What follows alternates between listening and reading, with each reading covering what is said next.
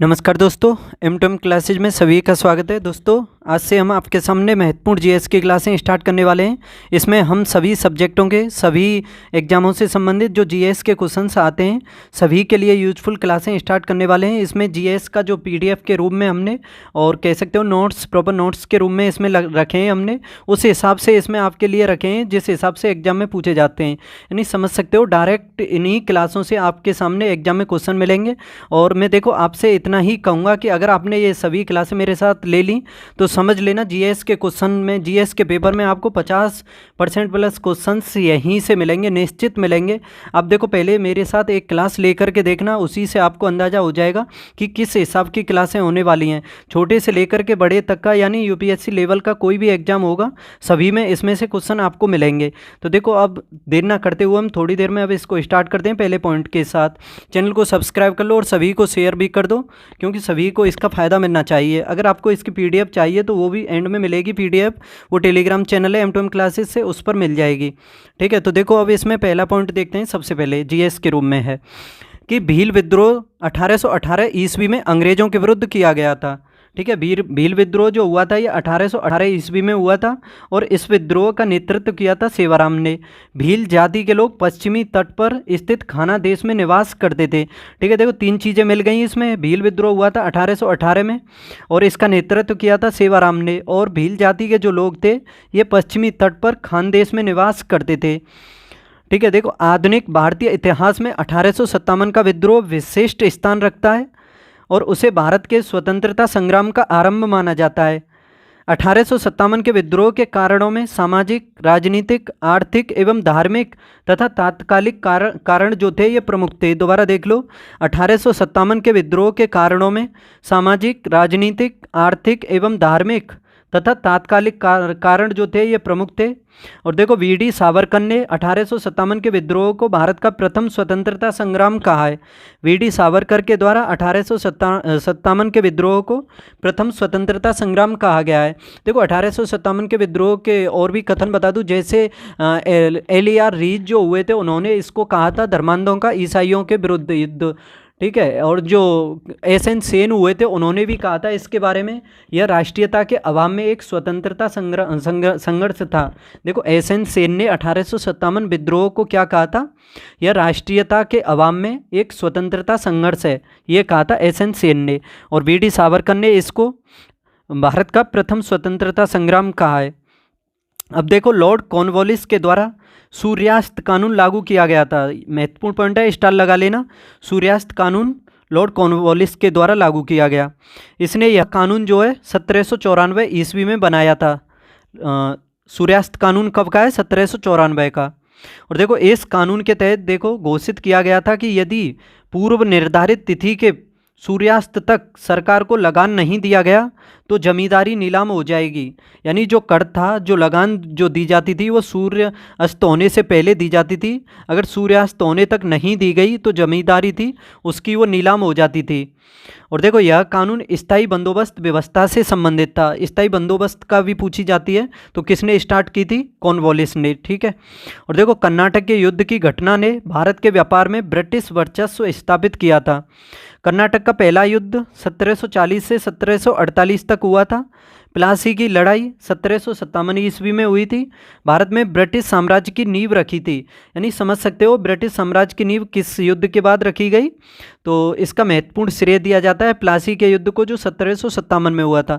बक्सर का युद्ध भी हुआ था 1764 में हुआ था बाद में। ठीक है, अब देखो आगे चार्टर अधिनियम 1813 द्वारा भारत में ईस्ट इंडिया कंपनी के साथ व्यापार के एकाधिकार को समाप्त कर दिया गया। स्टार लगा दो।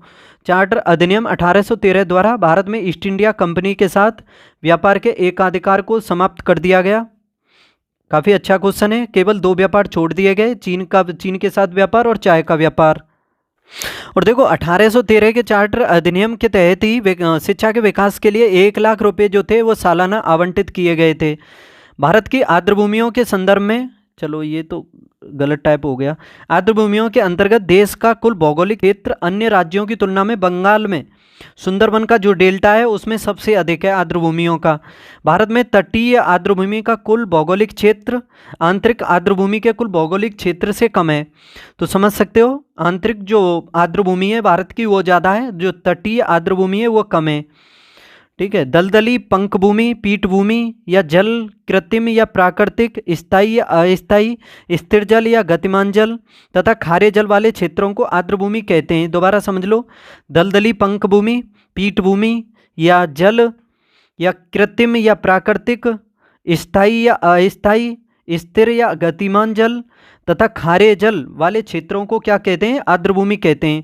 आर्द्रभूमि के लिए संरक्षण के लिए समझौता कब हुआ था? 2 फरवरी 1971 को हुआ था। 2 फरवरी को मनाया जाता है आर्द्रभूमि दिवस, याद रखना। ईरान के रामसर में हुआ था 2 फरवरी 1971 को।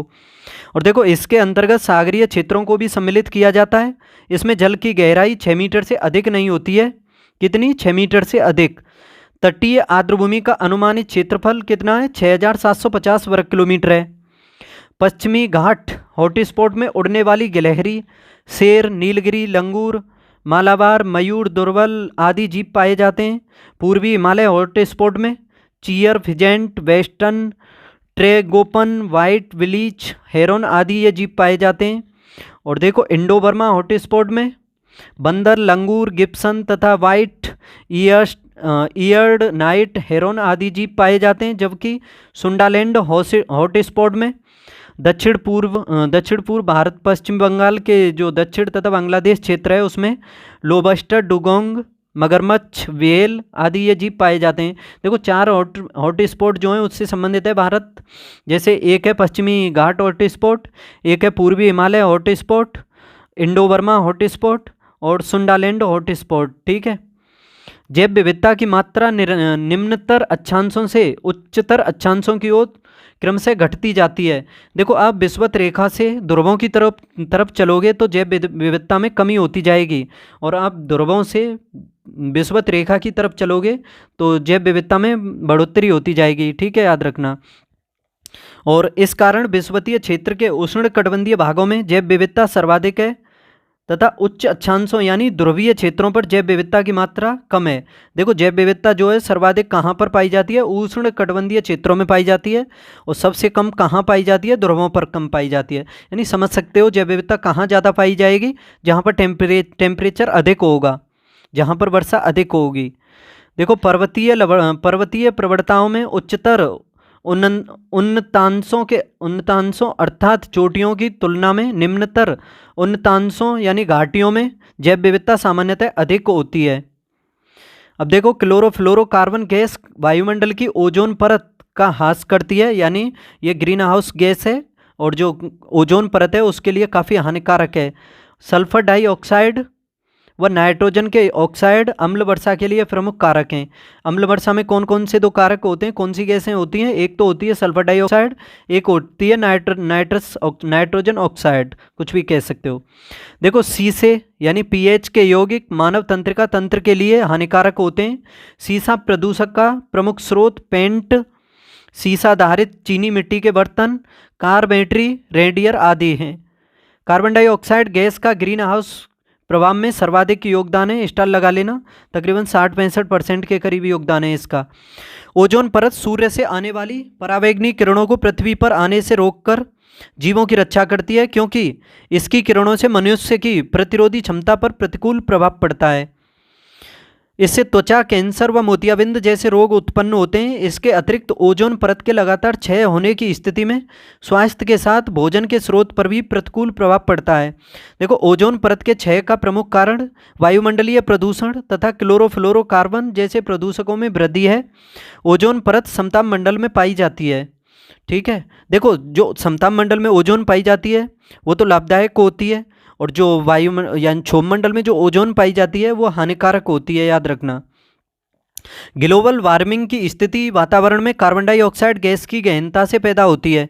ग्लोबल वार्मिंग की स्थिति वातावरण में कार्बन डाइऑक्साइड गैस की गहनता से पैदा होती है। ग्लोबल वार्मिंग या वैश्विक तापन बढ़ने का अर्थ है कि पृथ्वी लगातार गर्म होती जा रही है। ग्लोबल वार्मिंग या वैश्विक तापन बढ़ने का अर्थ क्या है? पृथ्वी लगातार गर्म होती जा रही है। इस परिवर्तन के पीछे ग्रीन हाउस गैसों की प्रमुख भूमिका होती है। ग्रीन हाउस गैसों में सबसे महत्वपूर्ण भूमिका कार्बन डाइऑक्साइड गैस की होती है, जिसे जीवित प्राणी श्वसन के साथ उत्सर्जित करते हैं। वायुमंडल में ग्रीन हाउस गैसों की बढ़ती मात्रा में जीवाश्म ईंधन के दहन की भूमिका सबसे महत्वपूर्ण होती है। अन्य ग्रीन हाउस गैसों में मीथेन तथा नाइट्रस ऑक्साइड शामिल हैं। प्रधानमंत्री अनुच्छेद 74, देखो इसमें संविधान से संबंधित देखो पॉलिटी से, प्रधानमंत्री अनुच्छेद 74 द्वारा मंत्रिपरिषद की बैठकों की अध्यक्षता करता है। प्रधानमंत्री के द्वारा ही मंत्रियों के बीच कार्यों का बंटवारा किया जाता है। इस याद रखना, दोबारा देख लो, प्रधानमंत्री आर्टिकल 74 के द्वारा मंत्रिपरिषद की बैठकों की अध्यक्षता करता है और प्रधानमंत्री के द्वारा ही मंत्रियों के बीच कार्यों का आवंटन किया जाता है। मंत्रिपरिषद के कार्यों, निर्णयों, नीति निर्धारण इत्यादि में प्रधानमंत्री का योगदान होता है। प्रधानमंत्री आवश्यकतानुसार किसी भी मंत्री को इस्तीफा देने के लिए कह सकता है और यदि कोई मंत्री अपने पद से इस्तीफा न दे तो वह मंत्रिपरिषद को भंग कर नए मंत्रिपरिषद का गठन कर सकता है। कौन? प्रधानमंत्री। 65 वर्ष की आयु तक अपने पद पर बने रह सकते हैं। वे राष्ट्रपति को लिखित त्यागपत्र द्वारा अपना पद कभी भी त्याग सकते हैं। संसद की सिफारिश पर राष्ट्रपति द्वारा उन्हें पद से हटाया जा सकता है। भारत में एकीकृत न्यायपालिका की व्यवस्था है, याद रखना। न्यायपालिका की यह व्यवस्था भारत सरकार अधिनियम 1935 से ग्रहण की गई है। न्यायपालिका की व्यवस्था किससे? 1935 जो भारत सरकार अधिनियम है उससे ग्रहण की गई है। अमेरिका में दोहरी यानी केंद्र और राज्य के लिए अलग अलग न्यायिक व्यवस्था है, याद रखना। संविधान सभा की संघ संविधान समिति के अध्यक्ष जवाहरलाल नेहरू थे। इस समिति में कुल 15 सदस्य थे। इस समिति की रिपोर्ट पर चर्चा करने के पश्चात संविधान सभा ने 29 अगस्त 1947 को प्रारूप समिति का गठन किया और इस प्रारूप समिति के अध्यक्ष कौन थे? भीमराव अंबेडकर थे। इसमें 7 सदस्य थे, याद रखना। 29 अगस्त 1947 को प्रारूप समिति का गठन किया गया था। किस पर चर्चा करने के लिए? जो ये जवाहरलाल नेहरू ने जिसकी अध्यक्षता की थी, दोबारा देख लो, इसमें संविधान सभा की संघ संविधान समिति के अध्यक्ष जवाहरलाल नेहरू थे। इस समिति में कुल 15 सदस्य थे। इस समिति की रिपोर्ट पर चर्चा करने के पश्चात संविधान सभा ने 29 अगस्त 1947 को प्रारूप समिति का गठन किया। इस प्रारूप समिति के अध्यक्ष डॉक्टर भीमराव अंबेडकर थे। भारत में संसदीय समितियां एक लघु संसद के रूप में कार्य करती हैं। किस रूप में कार्य करती हैं? एक लघु संसद के रूप में। विधेयकों पर चर्चा का एक बड़ा हिस्सा इस समितियों के भीतर होता है। ठीक है, एक बार जब समिति अपनी सिफारिश भेज देती है तो उन्हें आगे विचार विमर्श के लिए सदन में भेज दिया जाता है। संसदीय समिति में विभिन्न दलों का प्रतिनिधित्व करने वाले सांसद होते हैं, जो संसद में उनकी संख्या के अनुपात में एकल संक्रमणीय चुनाव प्रणाली के माध्यम से चुने जाते हैं। दोबारा देख लो, संसदीय समिति में विभिन्न दलों का प्रतिनिधित्व करने वाले सांसद होते हैं, जो संसद में उनकी संख्या के अनुपात में एकल संक्रमणीय चुनाव प्रणाली के माध्यम से चुने जाते हैं। संसद में 2 प्रकार की संसदीय समिति, स्थायी और अस्थायी यानी तदर्थ समिति का प्रावधान किया गया है। मानव अधिकारों की सार्वभौमिक घोषणा यानी UDHR के अनुच्छेद 4 में गुलामी से स्वतंत्रता का विवरण प्रस्तुत किया गया है। इसमें कुल 30 अनुच्छेद शामिल हैं। मानव अधिकारों की सार्वभौमिक घोषणा 10 दिसंबर 1998 को संयुक्त राष्ट्र संघ की महासभा द्वारा की गई थी। इसी वजह से 10 दिसंबर को विश्व मानवाधिकार दिवस मनाया जाता है। ठीक है, इनकी घोषणा कब की गई थी?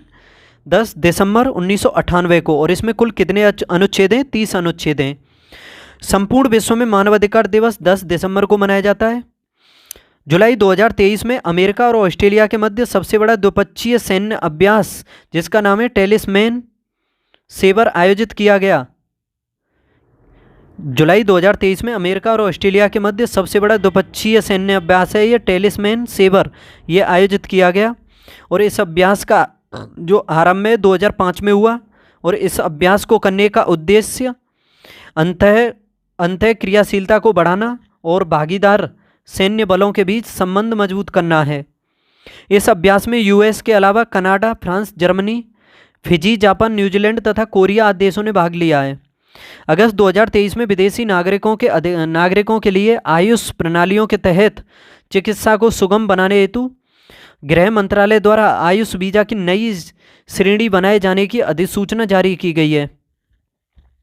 आयुष वीजा का उद्देश्य देख लो, आयुष वीजा का क्या उद्देश्य है? भारतीय चिकित्सा प्रणालियों के तहत आयुर्वेदिक और उपचार के अन्य पारंपरिक रूपों को बढ़ावा देना है। देखो दोस्तों, ये क्लास इसको पता है, देखो अगर आप बैठ करके ना देख पाओ तो इस हिसाब से भी सुन सकते हो कि वीडियो को चला करके रख दो, तेज वॉल्यूम कर दो कहानी के रूप में, या फिर सुनते चलो। देखो कानों पर भी आवाज़ आएगी तो वो भी समझ सकते हो। 20 क्वेश्चन आएंगे कानों में तो कम से कम 4-5 तो नए आएंगे ही, तो उसी हिसाब से भी सुन सकते हो और आपका टाइम भी बचत होगी, क्योंकि मैं स्पीड से थोड़ा कर रहा हूँ। कम से कम समय में ज़्यादा से ज़्यादा नोट्स इफेक्ट आएंगे इसमें, ठीक है। तो देखो अब इसमें इस वीजा से भारत में मेडिकल वैल्यू ट्रेवल के विकास को समर्थन मिलेगा। कौन से वीजा से? आयुष वीजा से, ठीक है। भारत में मेडिकल पर्यटन को बढ़ावा देने के लिए वन स्टॉप हिल इंडिया पोर्टल विकसित किया गया है। किसको? मेडिकल पर्यटन को बढ़ावा देने के लिए one stop hill in India portal विकसित किया गया है। जून 2023 में भारत और फ्रांस की नौसेना के मध्य समुद्री साझेदारी अभ्यास किया गया।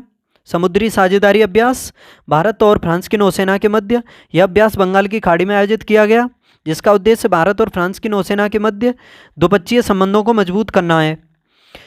इस नौसैन्य अभ्यास में भारत की ओर से INS राणा और INS सुमेधा ने भाग लिया। अंतर्राष्ट्रीय नागरिक उड्डयन दिवस मनाया जाता है हर साल 7 दिसंबर को, याद रखना। वर्ष 2023 में मनाए गए नागरिक उड्डयन दिवस की थीम है वैश्विक विमानन विकास के लिए उन्नत नवाचार। वर्ष 1994 में अंतर्राष्ट्रीय नागरिक उड्डयन दिवस की स्थापना की गई। अगस्त 2023 में केरल राज्य सरकार द्वारा प्रवासी श्रमिकों के लिए एक विशिष्ट पहचान प्रणाली जिसका नाम है अतिथि पोर्टल शुभारंभ किया गया है। किसके द्वारा शुभारंभ किया गया है? केरल राज्य सरकार के द्वारा प्रवासी श्रमिकों के लिए एक विशिष्ट पहचान प्रणाली है अतिथि पोर्टल। यह पोर्टल प्रवासी श्रमिकों के लिए एक पंजीकरण प्रक्रिया में तेजी लाने और एक विशिष्ट पहचान प्रणाली आरंभ करने के लिए लॉन्च किया गया है।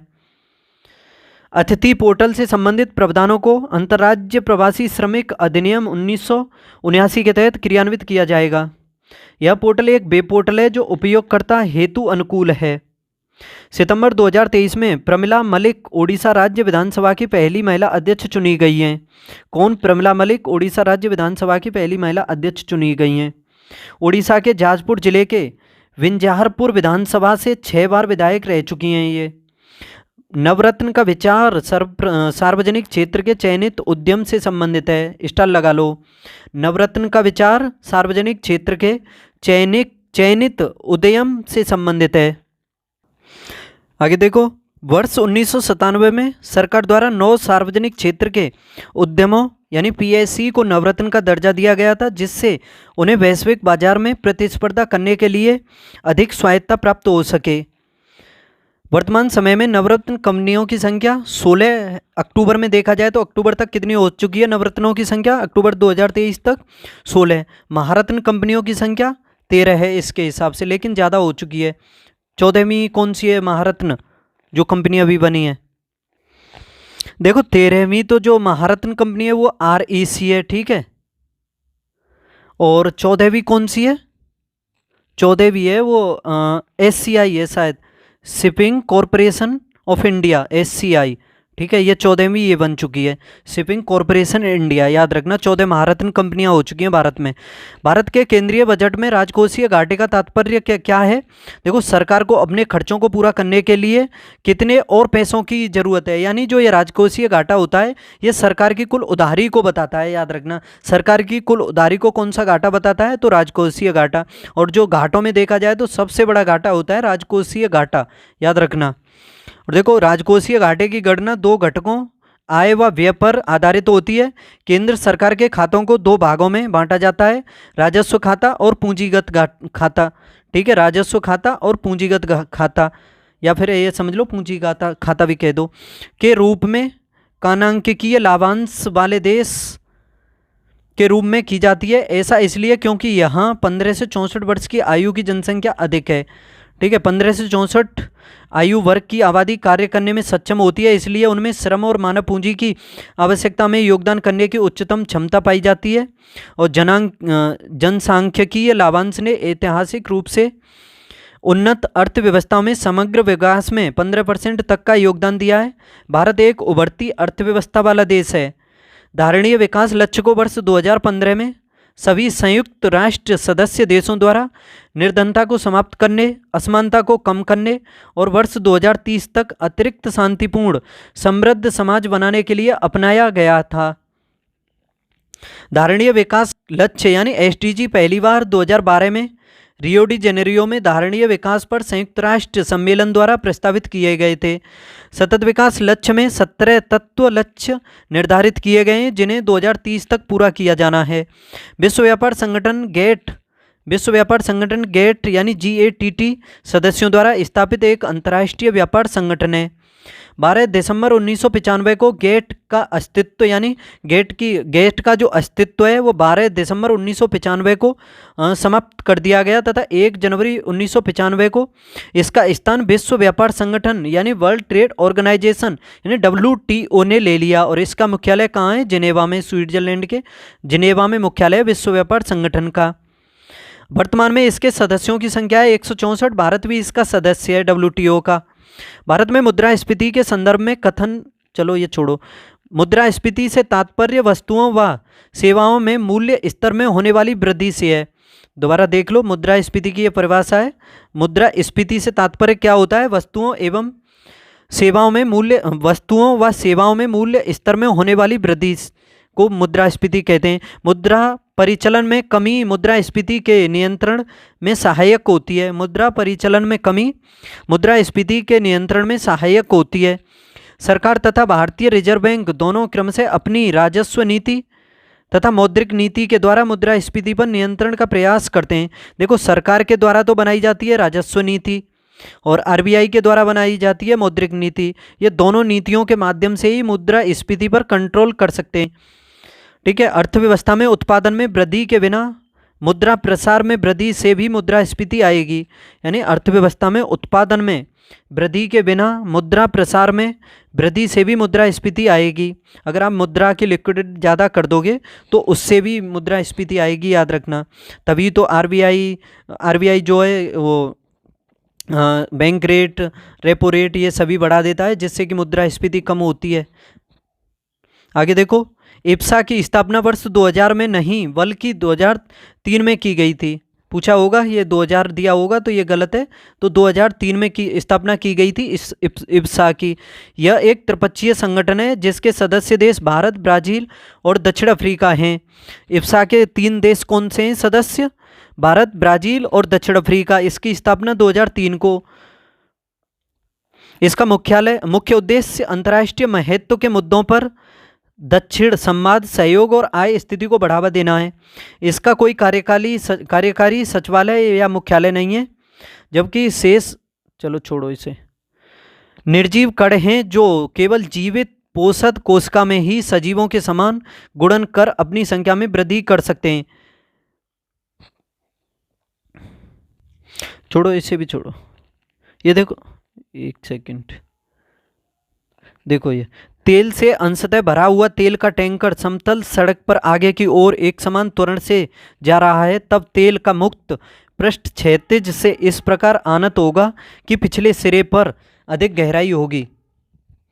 तेल से अंशतः भरा हुआ तेल का टैंकर समतल सड़क पर आगे की ओर एक समान त्वरण से जा रहा है, तब तेल का मुक्त पृष्ठ क्षैतिज से इस प्रकार आनत होगा कि पिछले सिरे पर अधिक गहराई होगी। पृष्ठ का यह आकार तेल के कणों पर त्वरण के कारण लग रहे आभासी बल के कारण होता है। यह बल त्वरण के विपरीत दिशा में लगता है। एक साधारण बिजली के बल्ब का अपेक्षाकृत अल्प जीवन होता है। साधारण बिजली के बल्ब का अपेक्षाकृत अल्प जीवन होता है क्योंकि इसके फिलामेंट का तार एक समान नहीं होता, जिसके कारण प्रतिरोध में असमानता रहती है और तार जो है जल्दी टूट जाता है। बल्ब पूर्ण रूप से निर्वातित नहीं किया जा सकता, जिसके कारण बल्ब का तंतु गर्म होकर ऑक्सीजन से ऑक्सीकृत हो जाता है। इसके अतिरिक्त साधारण बल्ब में फिलामेंट के सहायक तार उच्च ताप पर पिघल जाते हैं। हरे पौधों में क्लोरोफिल यानी पर्णहरिम के बनने के लिए मैग्नीशियम तत्व जो होता है ये अनिवार्य होता है। क्लोरोफिल यानी पर्णहरिम को बनने के लिए कौन सा तत्व अनिवार्य होता है? मैग्नीशियम। कैल्शियम पौधों की कोशिका भित्ति के मध्य पटलिका में कैल्शियम पेक्टेट के रूप में जमा होकर इसे दृढ़ता प्रदान करता है। लोहा साइटोक्रोम के घटक के रूप में कोशिकीय श्वसन के दौरान माइटोकॉन्ड्रिया में इलेक्ट्रॉन के स्थानांतरण में महत्वपूर्ण भूमिका निभाता है। लोह साइटोक्रोम के घटक के रूप में लोह, ठीक है, कोशिकीय श्वसन के दौरान माइटोकॉन्ड्रिया में इलेक्ट्रॉन के स्थानांतरण में महत्वपूर्ण भूमिका निभाता है। पोटेशियम आयन रंध्रों के खुलने एवं बंद होने के नियंत्रित करते हैं। पोटेशियम आयन रंध्रों के खुलने एवं बंद होने को नियंत्रित करते हैं। गैस्ट्रिन एक पेप्टाइड हार्मोन है, स्टार लगा लो। गैस्ट्रिन एक पेप्टाइड हार्मोन है जो आमाशय एवं ग्रहणी की जी कोशिकाओं द्वारा स्रावित होकर गैस्ट्रिक अम्ल के स्रावण को प्रेरित करता है। अतिरिक्त वायु की उपस्थिति में प्रबल तापन द्वारा सल्फाइड अयस्कों को ऑक्साइडों में रूपांतरित करने की प्रक्रिया का नाम क्या है? भर्जन या रोस्टिंग। ये भी नया पॉइंट है, ये भी याद कर लेना। अतिरिक्त वायु की उपस्थिति में प्रबल तापन द्वारा सल्फाइड अयस्कों को ऑक्साइडों में रूपांतरित करने की प्रक्रिया का नाम क्या है? भर्जन, या फिर इसे रोस्टिंग कह सकते हो। ये फॉर्मूला दिया हुआ है, इसे छोड़ो। मोहम्मद गौरी को भारत में मुस्लिम शासन का वास्तविक संस्थापक माना जाता है। मोहम्मद गौरी को, ठीक है,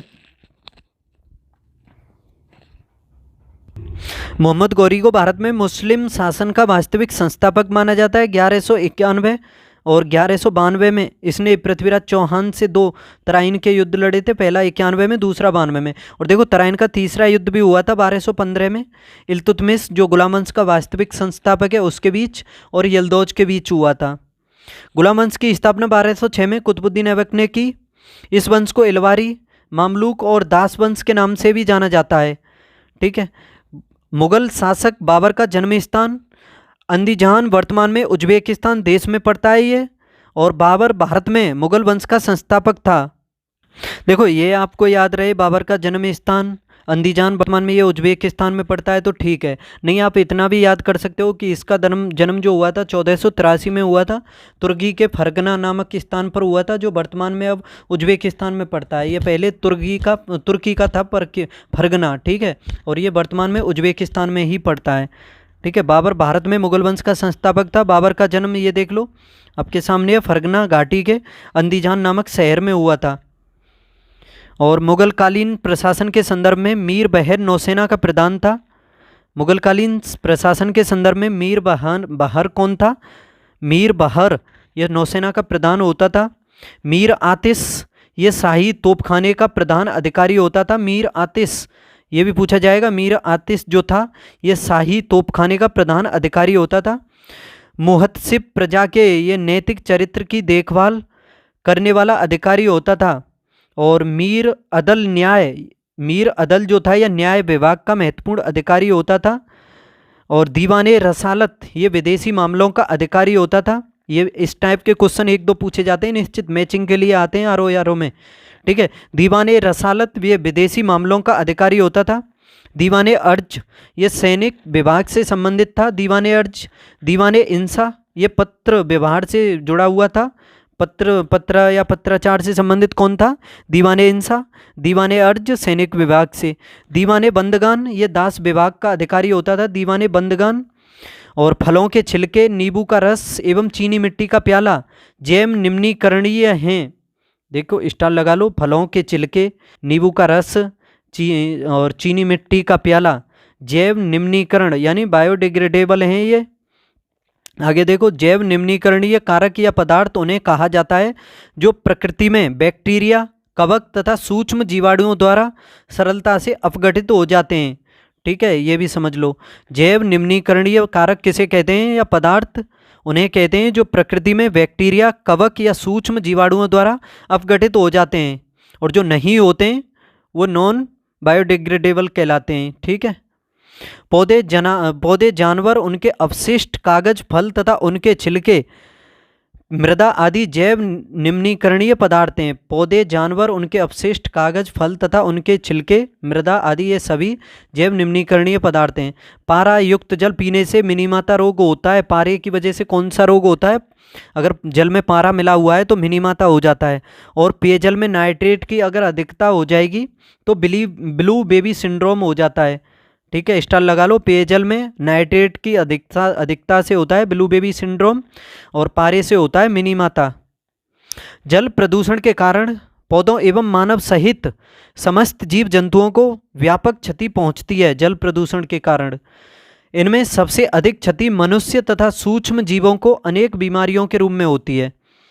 हैजा, पेचिस, पोलियो, टाइफाइड जैसी बीमारियां जल जनित प्रदूषण से होने वाली अन्य बीमारियां हैं। कार्बन व्यापार मॉन्ट्रियल प्रोटोकॉल से नहीं है, ये किससे संबंधित है? क्योटो प्रोटोकॉल से। देखो, ये मॉन्ट्रियल प्रोटोकॉल कब हुई थी? 1987 को हुई थी। और क्योटो प्रोटोकॉल कब हुई थी? 1997 को हुई थी, याद रखना। ठीक है, 1987 को हुई थी मॉन्ट्रियल प्रोटोकॉल, जो ओजोन परत के संरक्षण से संबंधित है। और क्योटो प्रोटोकॉल जो हुई थी ये कार्बन व्यापार से संबंधित है। ठीक है, देखो, इस प्रोटोकॉल का उद्देश्य ग्रीन हाउस गैसों की मात्रा को स्थिर रखना है, क्योटो प्रोटोकॉल का। और क्योटो प्रोटोकॉल एक अंतर्राष्ट्रीय पर्यावरण प्रोटोकॉल है जो 1992 के UNFCCC का विस्तार है। यह 6 ग्रीन हाउस गैसों पर लागू होती है, जैसे कार्बन डाइऑक्साइड, मीथेन। देखो, ये ग्रीन हाउस गैसें प्रमुख हैं जो आपके सामने हैं, जैसे carbon dioxide, methane, nitrous oxide, hydrofluorocarbon CFC, perfluorocarbon या सल्फर हेक्साफ्लोराइड। तो ये 6 गैसें हैं जो ग्रीन हाउस के लिए काफ़ी जिम्मेदार हैं। नेक्स्ट देखो, अम्ल वर्षा में नाइट्रोजन के ऑक्साइड तथा कार्बन डाइऑक्साइड प्रदूषक वर्षा जल तथा हिम को प्रदूषित करते हैं।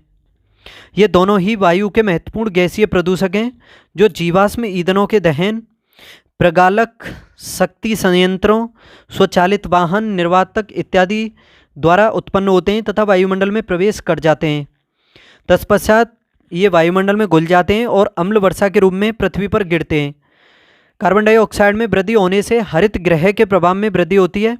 फलते वर्षा तथा मृदा नमी में कमी, महासागरीय जल की अम्लीयता में वृद्धि और हिम टोपियाँ पिघलती हैं।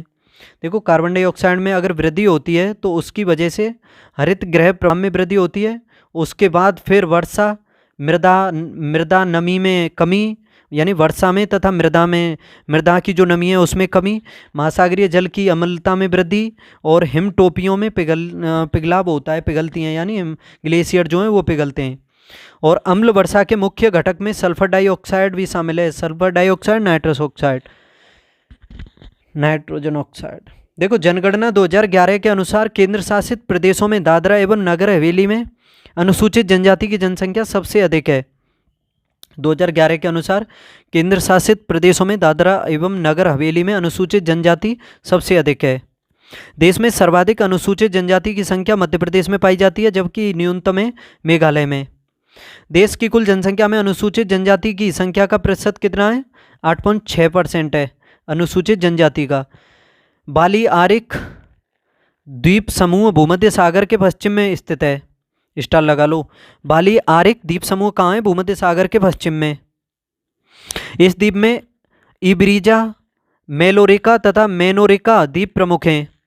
कौन से द्वीप समूह में? बाली आरिक द्वीप समूह में कौन से द्वीप प्रमुख हैं? इब्रिजा, मेलोरिका तथा मेनोरिका। और इस द्वीप समूह पर स्पेन का अधिकार है, याद रखना। विधान परिषद के गठन के लिए सदस्यों के चुनाव के संदर्भ में निम्नलिखित प्रावधान किए गए हैं, जैसे 1/3 सदस्य राज्य की नगरपालिका, जिला बोर्ड और अन्य स्थानीय संस्थाओं द्वारा निर्वाचित किए जाते हैं। इन सदस्यों का चुनाव विधानसभा के निर्वाचित सदस्यों द्वारा किया जाता है। विधान परिषद के सभी सदस्यों का चुनाव आनुपातिक प्रतिनिधित्व प्रणाली के आधार पर एकल संक्रमणीय गुप्त मतदान प्रक्रिया से किया जाता है। 1/2 सदस्य ऐसे व्यक्तियों द्वारा चुने जाते हैं जो कम से कम 3 वर्ष पूर्व स्नातक की डिग्री प्राप्त कर चुके हैं और उस विधानसभा क्षेत्र के मतदाता हैं। ये सदस्य उन अध्यापकों द्वारा निर्वाचित किए जाते हैं जो 3 वर्ष से उच्च माध्यमिक या हायर सेकेंडरी विद्यालय या उच्च शिक्षण संस्थानों में अध्यापन कर रहे हैं। 1/6 सदस्य राज्यपाल द्वारा मनोनीत किए जाते हैं, जो कि राज्य के साहित्य, कला, सहकारिता, विज्ञान और समाज सेवा का विशेष ज्ञान अथवा व्यवहारिक अनुभव रखते हैं। लोकसभा के विघटन पर निम्नलिखित विधेयक समाप्त हो जाते हैं, जो विधेयक लोकसभा में लंबित होते हैं। ठीक है, देखो लोकसभा के विघटन पर कौन से विधेयक समाप्त हो जाते हैं? जो विधेयक लोकसभा में लंबित होते हैं, जो विधेयक लोकसभा में पारित हो चुके होते हैं किंतु राज्यसभा में लंबित होते हैं। देखो दोबारा समझ लो कि लोकसभा का विघटन हो जाने पर कौन से विधेयक समाप्त हो जाते हैं। तो पता है कौन से विधेयक समाप्त होते हैं? एक तो वो जो विधेयक लोकसभा में लंबित होते हैं, और जो विधेयक लोकसभा में पारित हो चुके होते हैं किंतु राज्यसभा में लंबित होते हैं, और जो भी संकल्प, प्रस्ताव या संशोधन लंबित होते हैं वे सभी समाप्त हो जाते हैं। ठीक है, यदि कोई विधेयक दोनों सदनों द्वारा पारित किया जा चुका है और राष्ट्रपति की अनुमति के लिए भेजा जा चुका है तो वह विधेयक समाप्त नहीं होता है। लोकसभा की समाप्ति के बाद भी, यानी लोकसभा का विघटन हो जाता है तो उसके बाद भी जैसे कोई विधेयक दोनों सदनों से पारित होने के बाद राष्ट्रपति की अनुमति के लिए भेजा जाएगा तो वो विधेयक समाप्त नहीं होगा। और चुनाव सुधार के संबंध दिनेश गोस्वामी समिति का गठन कब किया गया था? 1990 में। दिनेश गोस्वामी समिति का संबंध कब किया गया? 1990 में। चुनावों में सुधार से संबंधित थी ये। इस समिति ने यह सुझाव दिया कि किसी भी व्यक्ति को 2 निर्वाचन क्षेत्रों पर चुनाव लड़ने की अनुमति न दिया जाए, निर्दलीय उम्मीदवार की जमानत राशि बढ़ाई जाए। यानी इस समिति का महत्वपूर्ण सुझाव था कि किसी भी व्यक्ति को 2 निर्वाचन क्षेत्रों पर चुनाव लड़ने की अनुमति न दी जाए और निर्दलीय उम्मीदवार की जमानत राशि बढ़ाई जाए।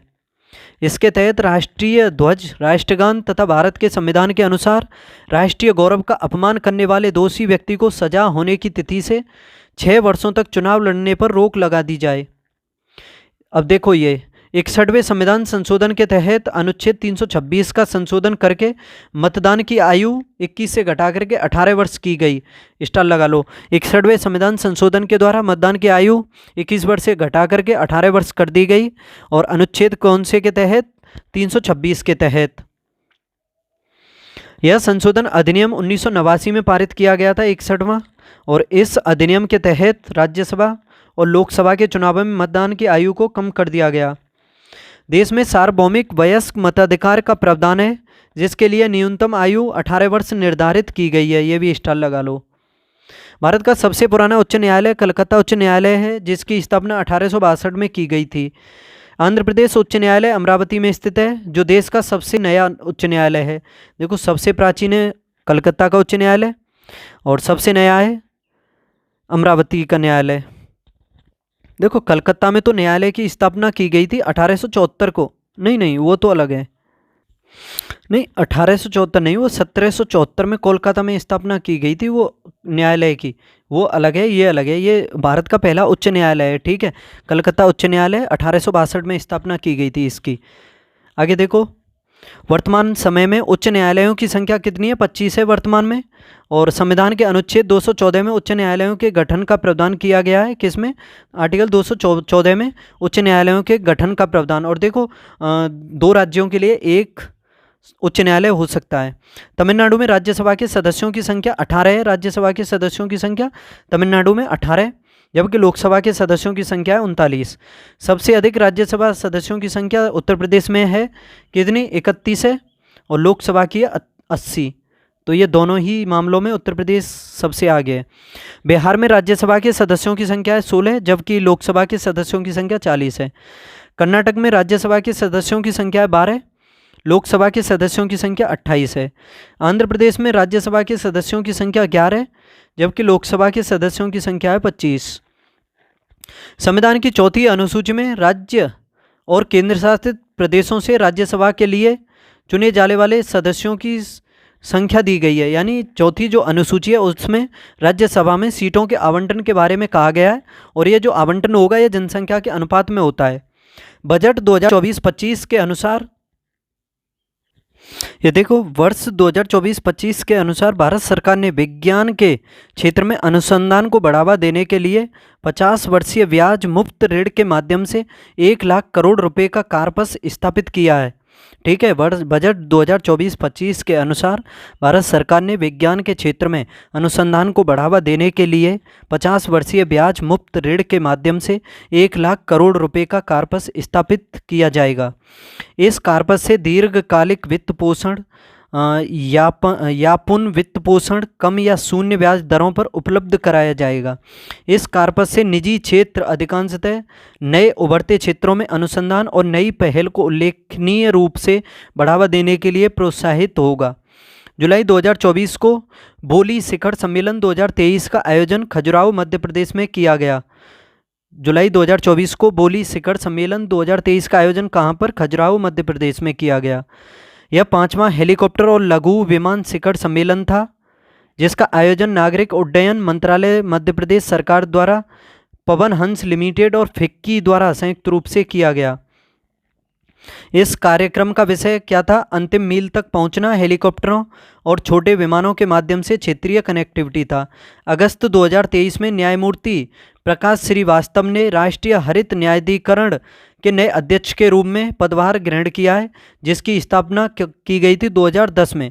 देखो ये न्यायमूर्ति प्रकाश श्रीवास्तव में इन्होंने राष्ट्रीय हरित न्यायाधिकरण के अध्यक्ष रूप में पदभार ग्रहण किया है और राष्ट्रीय हरित न्यायाधिकरण की स्थापना की गई थी 2010 में। न्यायमूर्ति प्रकाश श्रीवास्तव अक्टूबर 2021 से मार्च 2023 तक कलकत्ता उच्च न्यायालय के मुख्य न्यायाधीश भी रह चुके हैं। उत्तर प्रदेश का मिर्जापुर जिला खनिज के संचित भंडार की दृष्टि से समृद्ध है। कौन सा? मिर्जापुर। उत्तर प्रदेश के 10 जिले खनिज बहुल घोषित किए गए हैं, जिसमें मिर्जापुर, सोनभद्र, बांदा, झांसी, ललितपुर ये शामिल हैं। ये फेमस हैं सभी खनिज उत्पादन के लिए। और देखो ललितपुर में यूरेनियम पाया जाता है। कहाँ पाया जाता है यूरेनियम? ललितपुर में। उत्तर प्रदेश में प्रथम खनिज नीति की घोषणा 29 दिसंबर 1998 को की गई थी। डबल स्टार लगा लो।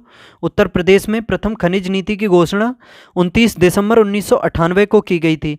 कांच उद्योग के लिए फिरोजाबाद नगर विख्यात है उत्तर प्रदेश का। कांच के लिए कांच नगरी भी कहा जाता है फिरोजाबाद को। फिरोजाबाद को सुहाग नगरी भी कहा जाता है। इस शहर में कांच, चूड़ी, बोतल, गिलास, मोती आदि का उत्पादन करने वाले लगभग 200 कारखाने हैं। उत्तर प्रदेश के कन्नौज शहर को पूर्व का ग्रास कहा जाता है और इत्र के लिए फेमस है कन्नौज जो शहर है उत्तर प्रदेश का। ठीक है, इत्र के लिए। यह एक प्राचीन नगरी है। इस नगरी को महोदय श्री के नाम से भी जाना जाता है। कन्नौज को महोदय श्री भी कहा जाता है और एक प्राचीन नगरी है। साथ ही इसे इत्र नगरी भी कहा जाता है। बुक्सा जनजाति की भाषा हिंदी है। बुक्सा जनजाति कौन सी भाषा बोलती है? हिंदी। इस जनजाति के निवासी क्षेत्र जो है बिजनौर और आगरा प्रमुख हैं। ठीक है, बिजनौर में पाई जाती है मुख्य रूप से बुक्सा जनजाति। इसे बोक्सा भी कहा जाता है। इसकी लिपि देवनागरी है। इसका मुख्य भोजन मछली और चावल हैं। आरबीआई द्वारा नोट निर्गमन के लिए न्यूनतम कोष प्रणाली को 1957 से प्रचलन में लाया गया। कब से?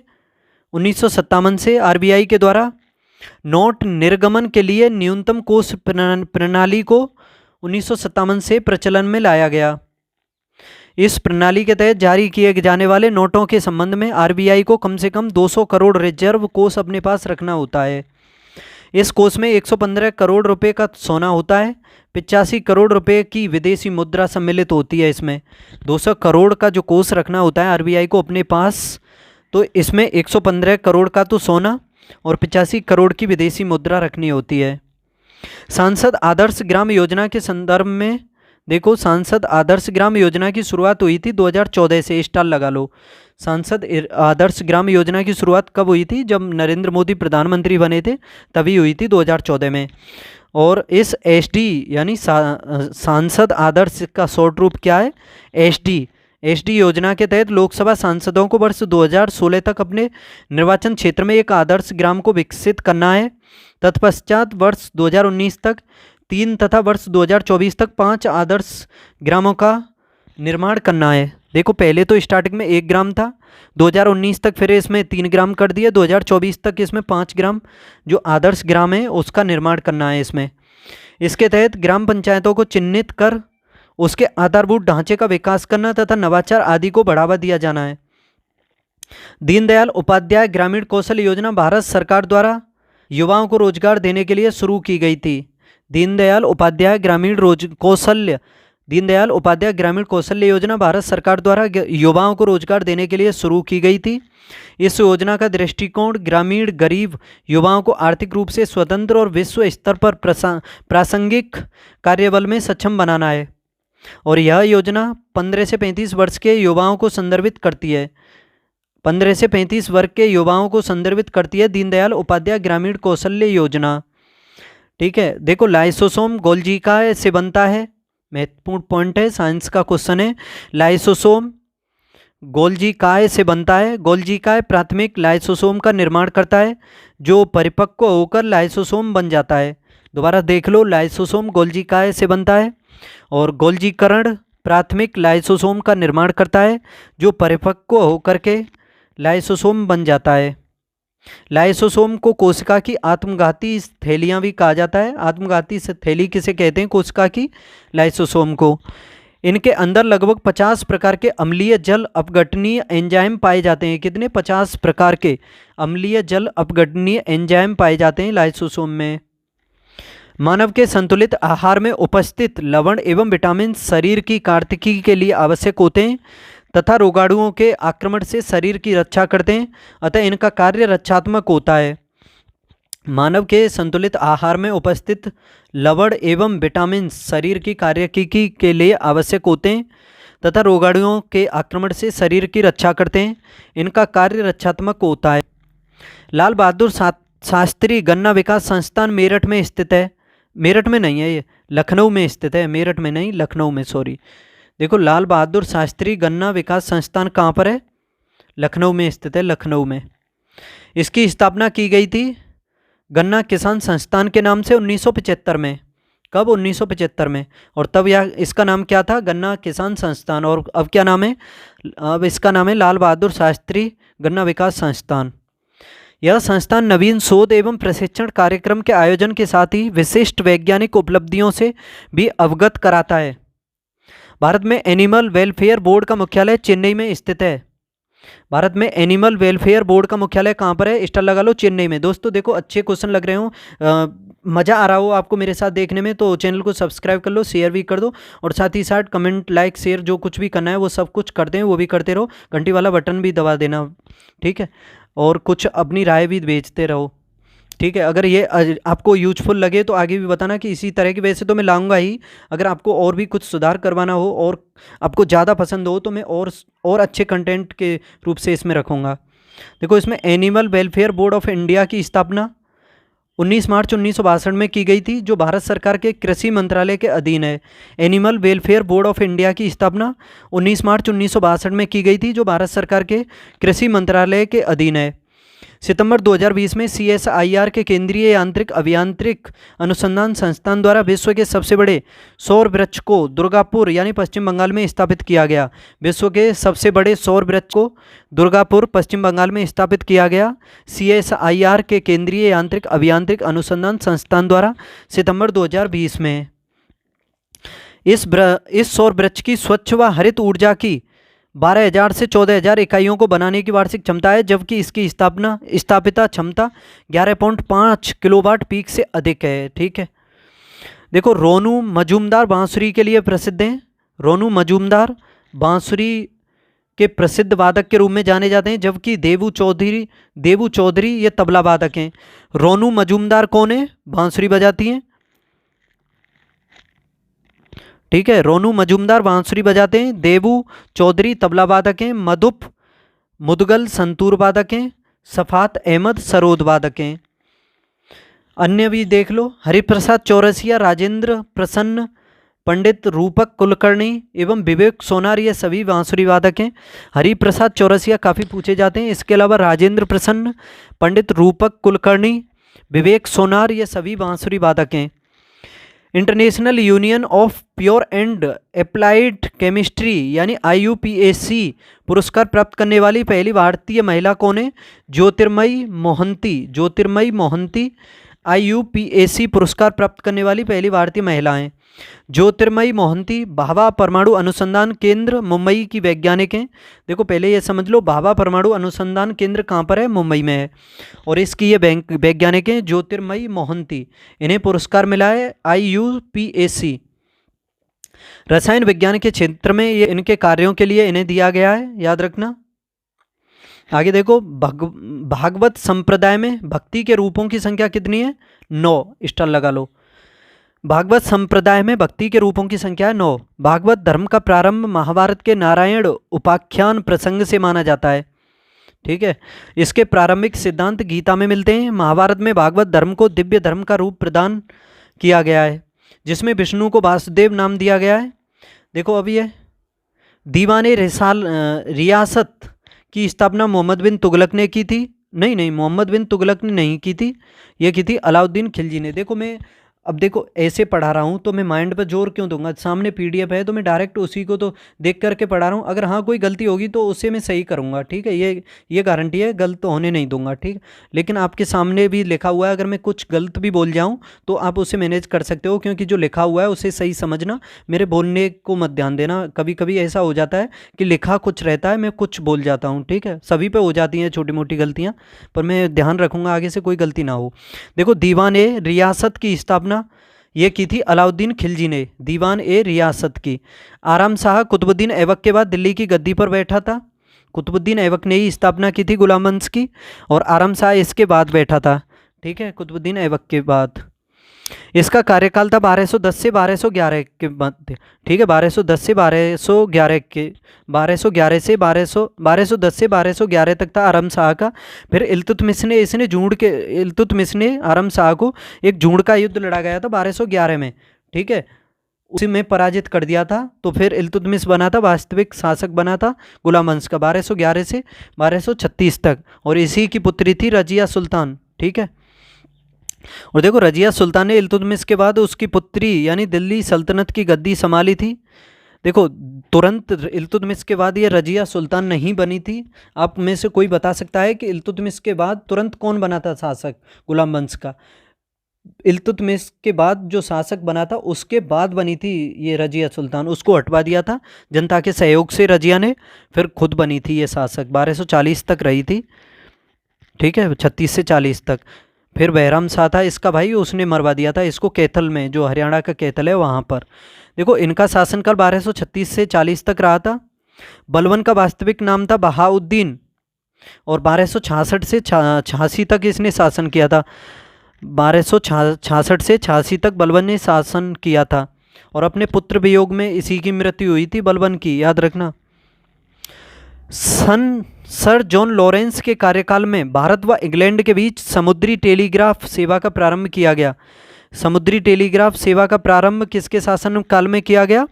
सर जॉन लॉरेंस के कार्यकाल में। और देखो, इसका कार्यकाल रहा था 1864 से 1869 ईस्वी तक, और इन्हीं के समय में कलकत्ता, मद्रास तथा बम्बई में हाई कोर्ट की भी स्थापना की गई थी। अब देखो, अफगानिस्तान के संबंध में इसने हस्तक्षेप की नीति अपनाई थी, यानी हस्तक्षेप ना करने की, जिसे शानदार निष्क्रियता के नाम से भी जाना जाता है। ये भी स्टार लगा लो कि अफगानिस्तान के संबंध में किसने हस्तक्षेप यानी हस्तक्षेप ना करने की नीति अपनाई, और जिसको शानदार निष्क्रियता के नाम से जाना जाता है। तो किसके टाइम में अपनाई गई ये नीति? सर जॉन लॉरेंस के कार्यकाल में। ब्रिटिश कालीन भारत के संदर्भ में दीपावली घोषणा भारत के लिए डोमिनियन स्टेट से संबंधित है। दीपावली घोषणा किससे संबंधित है? डोमिनियन स्टेट से। इरविन घोषणा को ही कहा जाता है दीपावली घोषणा, ये भी महत्वपूर्ण पॉइंट है, याद रखना। दीपावली घोषणा अलग नहीं है, जो इरविन घोषणा है उसी को कहा जाता है। और इसका जो उद्देश्य है भारतीय राष्ट्रवादी आंदोलन के नेताओं को शांत करना था। इसका दीपावली घोषणा का उद्देश्य क्या था? इरविन घोषणा का भारतीय राष्ट्रवादी आंदोलन के नेताओं को शांत करना। बहलोल लोदी के राजस्व सिद्धांत का अनुसरण करना सिकंदर लोदी से संबंधित नहीं है, क्योंकि बहलोल लोदी की मृत्यु के पश्चात उसका तीसरा पुत्र निजाम खां सिकंदर लोदी के नाम से लोदी वंश के सिंहासन पर बैठा था। ठीक है, उसने बहलोल लोदी के राजस्व सिद्धांत का अनुसरण नहीं किया, बल्कि उसने अपने शासनकाल में कई महत्वपूर्ण कार्य किए, जिसमें भू राजस्व निर्धारण के लिए एक नया पैमाना, जिसे गजे सिकंदरी कहते हैं, ठीक है, सिकंदर लोदी से संबंधित है, गजे सिकंदरी का विकास किया। चूंकि वह एक शिक्षित व्यक्ति था, इसलिए साहित्यिक रचनाओं के प्रति उसकी रुचि थी। इसी उद्देश्य से उसने एक अनुवाद विभाग की स्थापना भी की, उसने स्वयं के आदेश से आयुर्वेद के एक ग्रंथ का, जिसका का नाम है फरहंगे सिकंदरी नाम से अनुवाद किया था। आयुर्वेद के एक ग्रंथ का फरहंगे सिकंदरी नाम से अनुवाद किया था। और उसने खाद्यान्नों पर लिए जाने वाले करों को भी समाप्त कर दिया था। अब देखो, ज्वालामुखी पर्वत माउंट हेलेंस संयुक्त राज्य अमेरिका में स्थित है। माउंट हेलेंस कहाँ पर है? संयुक्त राज्य अमेरिका में। और यह ज्वालामुखी पर्वत है। यह प्रशांत महासागर के पश्चिमी क्षेत्र में वाशिंगटन डीसी यानी वाशिंगटन के इसकेमेनिया काउंटी में स्थित सक्रिय मिश्रित ज्वालामुखी है। संयुक्त राज्य अमेरिका के अन्य सक्रिय ज्वालामुखी भी देख लो, जैसे माउंट रेनियर है एक, mount Rainier, mount Shasta, mount Hood, three seat टर्स,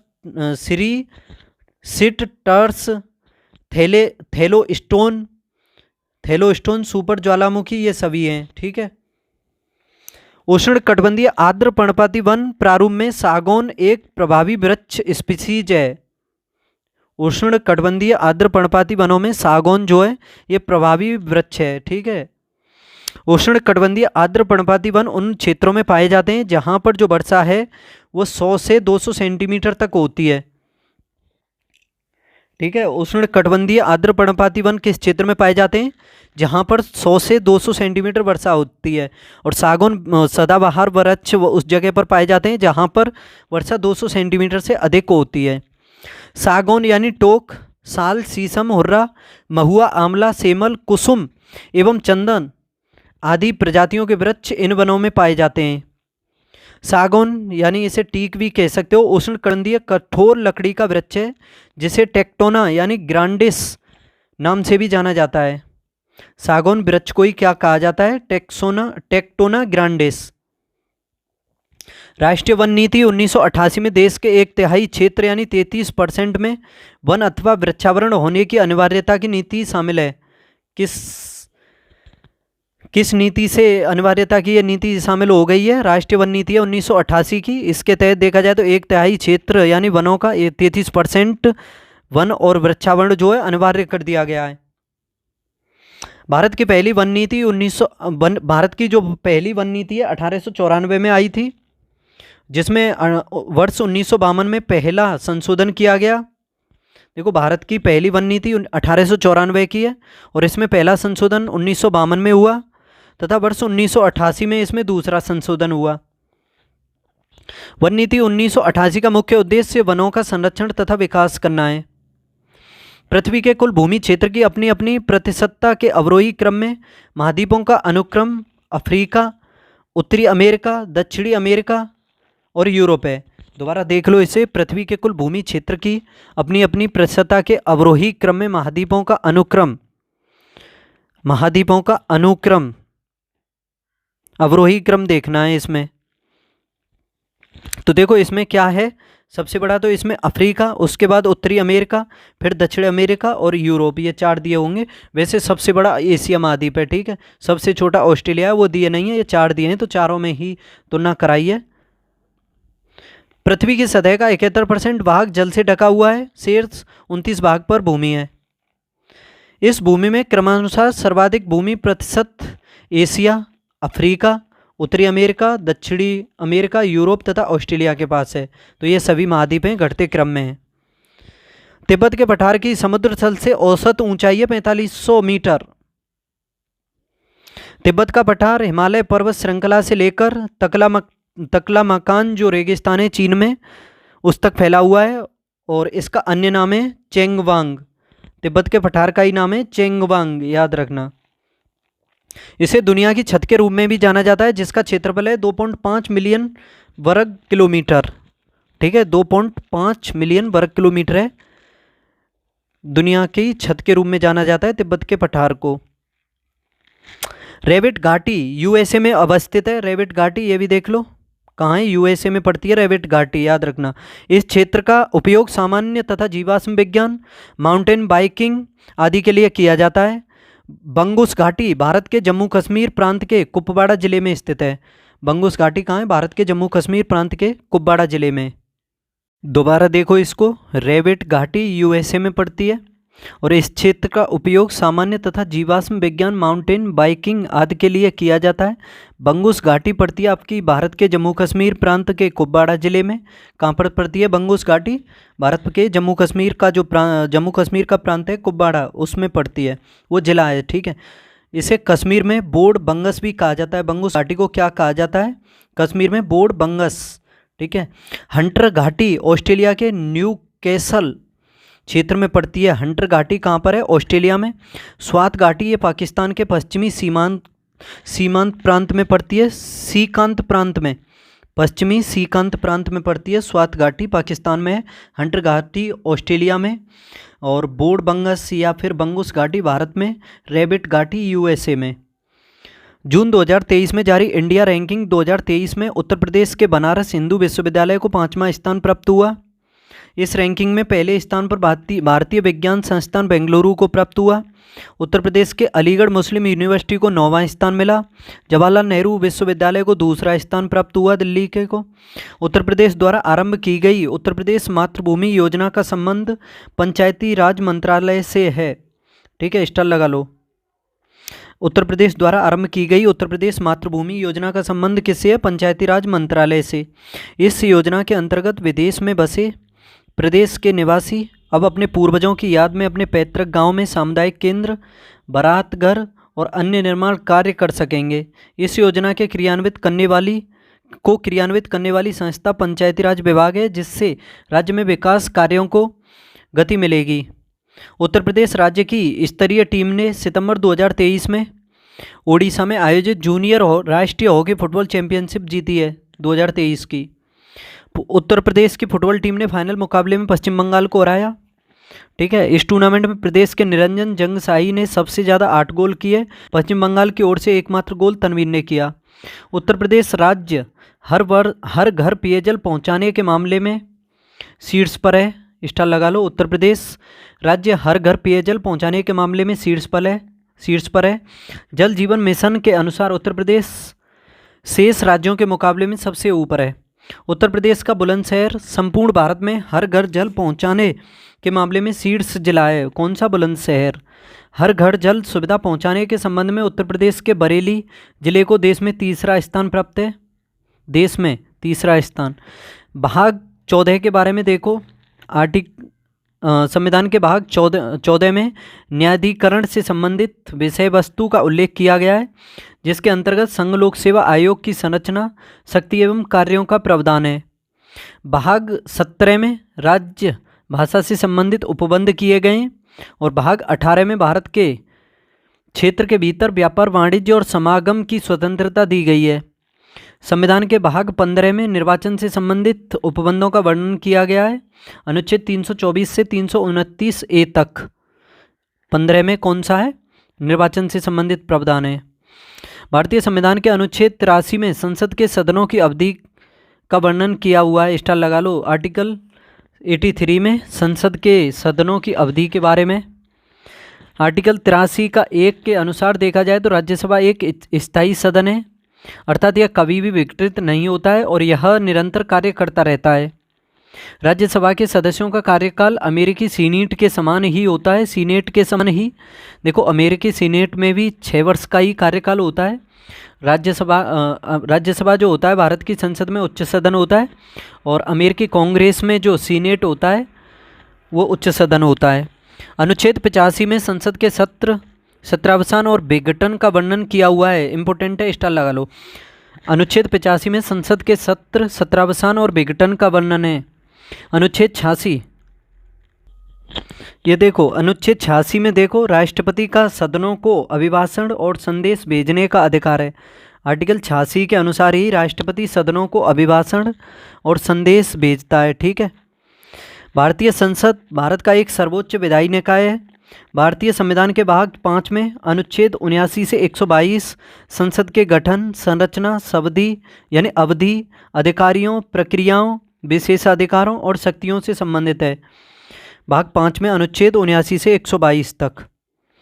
भारतीय संविधान के निर्माताओं द्वारा संसद के लिए ब्रिटिश पैटर्न को अपनाया गया है, न कि अमेरिकी पैटर्न को। भारतीय संसद लोकसभा, राज्यसभा तथा राष्ट्रपति से मिलकर के बनती है। प्रधानमंत्री जन धन योजना देश में वित्तीय समावेशन को प्रोत्साहित करने के लिए शुरू की गई थी और यह वित्तीय समावेशन की विश्व की सबसे बड़ी योजना है, याद रखना, प्रधानमंत्री जन धन योजना। और इसका उद्देश्य देश भर में सभी परिवारों को बैंकिंग सुविधाएं मुहैया कराना और प्रत्येक परिवार का बैंक खाता खोलना। इस योजना की घोषणा 15 अगस्त 2014 को की गई। प्रधानमंत्री जन धन योजना कब शुरू की गई? 15 अगस्त 2014 को। और इसका जो प्रमुख उद्देश्य है देश भर में सभी परिवारों को बैंकिंग सुविधाएं मुहैया कराना और प्रत्येक परिवार का बैंक खाता खोलना और वित्तीय समावेशन की है विश्व की सबसे बड़ी, तथा शुरुआत 28 अगस्त 2014 को की गई। देखो इसमें दोबारा देखो, इसकी घोषणा तो की गई 15 अगस्त 2014 को और इसकी शुरुआत की गई 28 अगस्त 2014 को। तो ये पॉइंट याद रखना कि वित्तीय समावेशन की जनधन योजना कब शुरू हुई? 28 अगस्त 2014 को प्रधानमंत्री नरेंद्र मोदी के द्वारा की गई थी इसकी शुरुआत। इस योजना के अंतर्गत निम्नलिखित वित्तीय समावेशन का लक्ष्य रखा गया है, जैसे बैंकिंग सुविधाओं तक सबकी पहुंच सुनिश्चित करना, ओवरड्राफ्ट की सुविधा के साथ बुनियादी बैंक खाते और 2 लाख के अंतर्निहित दुर्घटना बीमा कवर के साथ रुपे डेबिट कार्ड, रुपे किसान कार्ड की सुविधा प्रदान करना, वित्तीय साक्षरता कार्यक्रम। दोबारा देख लो इसमें कि इसकी वित्तीय समावेशन की जनधन योजना के अंतर्गत निम्नलिखित वित्तीय समावेशन का लक्ष्य रखा गया है, जैसे कि बैंकिंग सुविधाओं तक सबकी पहुंच सुनिश्चित करना, ओवरड्राफ्ट की सुविधा के साथ बुनियादी बैंक खाते और 2 लाख के अंतर्निहित दुर्घटना बीमा कवर के साथ रुपे डेबिट कार्ड, रुपे किसान कार्ड की सुविधा प्रदान करना, वित्तीय साक्षरता कार्यक्रम, ओवरड्राफ्ट खातों में चूक कवर करने के लिए क्रेडिट गारंटी फंड की स्थापना, सूक्ष्म बीमा स्वावलंबन जैसी असंगठित क्षेत्र बीमा योजना। और 1857 के प्रथम स्वतंत्रता विद्रोह में भाग लेने वाली प्रसिद्ध महिला, ये 105 स्वतंत्रता सेनानी बेगम हजरत महल थीं। ठीक है, इतना ही समझ लो। 1857 के प्रथम स्वतंत्रता संग्राम में भाग लेने वाली प्रसिद्ध महिला कौन है? बेगम हजरत महल वाजिद अली शाह की पत्नी है और ब्रजेश कादिर इनका पुत्र था, जिसको इन्होंने अंतिम नवाब बनाया था अवध का। ठीक है, याद रखना, ये अवध के अंतिम नवाब वाजिद अली शाह की पत्नी थी बेगम हजरत महल और इनका पुत्र था ब्रजेश कादिर। 1857 के विद्रोह में अपने नाबालिग पुत्र ब्रजेश कादिर को अवध का नवाब घोषित कर विद्रोह का नेतृत्व किया। बुंदेलखंड के अधिकतर भाग में लाल मिट्टी पाई जाती है, स्टार लगा लो। यह क्षेत्र मध्य के मैदानी क्षेत्र के ठीक दक्षिण में स्थित है। यह क्षेत्र प्राचीन नीच चट्टानों से निर्मित है। इस क्षेत्र की भूमि उपजाऊ नहीं है, अतः यहाँ की मिट्टी कृषि कार्य के लिए अनुपयुक्त है। बुंदेलखंड की प्रदेश में स्थित अयोध्या नगर सरयू नदी के किनारे बसा है। घाघरा नदी को ही अयोध्या में सरयू कहा जाता है। ठीक है, देखो कंफ्यूज मत होना, घाघरा नदी को ही कहा जाता है सरयू अयोध्या में। घाघरा नदी जब अयोध्या में पहुंचती है तो वहाँ पर इसको सरयू कहा जाता है। और अयोध्या सरयू नदी के दाईं तट पर स्थित है। घाघरा नदी का उद्गम तिब्बत पठार पर स्थित चांचुंगो हिमनद से होता है। चांचुंगो हिमनद से होता है। रानीपुर वन्यजीव अभ्यारण्य की स्थापना 1977 में की गई थी। इसका विस्तार बांदा और चित्रकूट जिले में फैला हुआ है। इंपोर्टेंट है, याद रखना। और इस अभ्यारण्य का क्षेत्रफल 230 वर्ग किलोमीटर है। लिएंडर पेस ने डेविड कप में सर्वाधिक जीत दर्ज की है भारत की तरफ से। पेस ने 8 पुरुष युगल और 10 मिश्रित युगल ग्रैंड स्लैम खिताब जीते हैं। ठीक है, और डेविस कप पुरुष टेनिस में प्रमुख अंतर्राष्ट्रीय टीम प्रतियोगिता है, जिसका आयोजन अंतर्राष्ट्रीय टेनिस महासंघ द्वारा किया जाता है। ITF का मुख्यालय लंदन में है। गिनी बिसाऊ की मुद्रा पश्चिमी अफ्रीकी CFA फ्रैंक है। किसकी? गिनी बिसाऊ की। और गिनी बिसाऊ एक पश्चिमी अफ्रीकी देश है जो पूर्वी अटलांटिक महासागर से लगा हुआ है। गिनी बिसाऊ की राजधानी है बिसाऊ।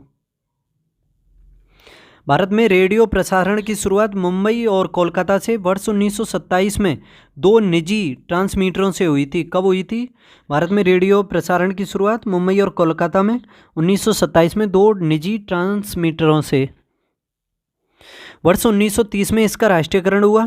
इसका नाम भारतीय प्रसारण सेवा रखा गया।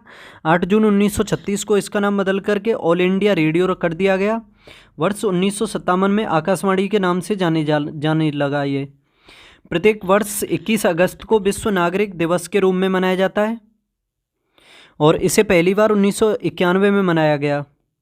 इस दिन का उद्देश्य कारकों और मुद्दों के बारे में जागरूकता बढ़ाना है। बम्बई प्रांत में स्थापित परमहंस मंडली का मुख्य उद्देश्य मूर्ति पूजा तथा जाति प्रथा का विरोध करना था। परमहंस मंडली का मुख्य उद्देश्य क्या था? मूर्ति पूजा तथा जाति प्रथा का विरोध करना।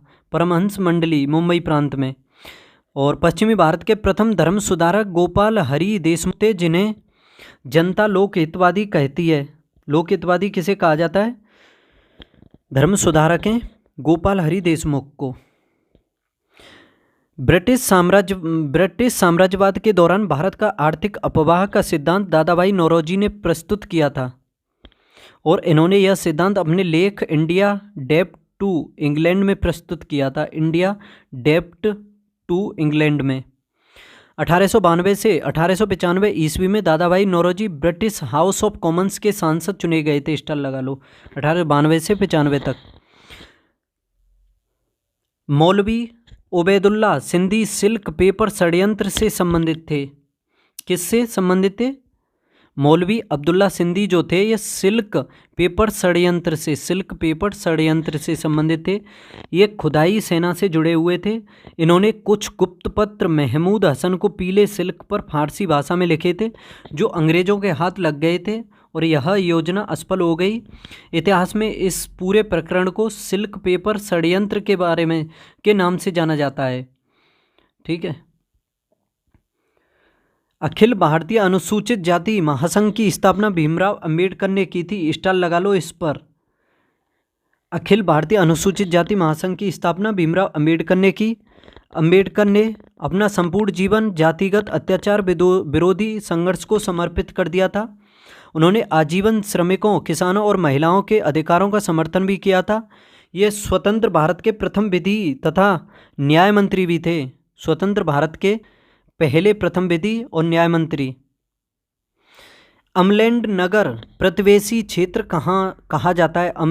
अमलैंड नगर प्रतिवेशी क्षेत्र कहा जाता है और यह एक ऐसा क्षेत्र होता है जो शहर के प्रभात क्षेत्र या शहर क्षेत्र के रूप में जाना जाता है।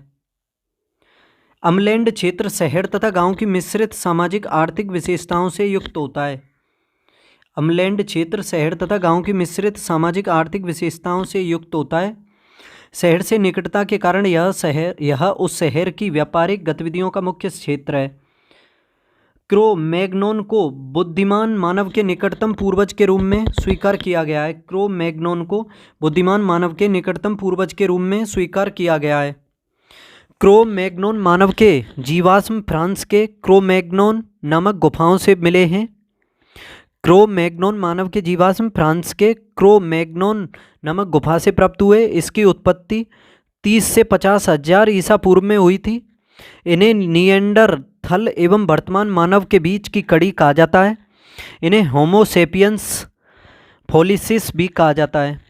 मेसेटो का पठार स्पेन में स्थित है। यह दक्षिणी यूरोप के आइबेरिया प्रायद्वीप में स्थित है। मेसेटो का पठार कहाँ पर है? स्पेन में।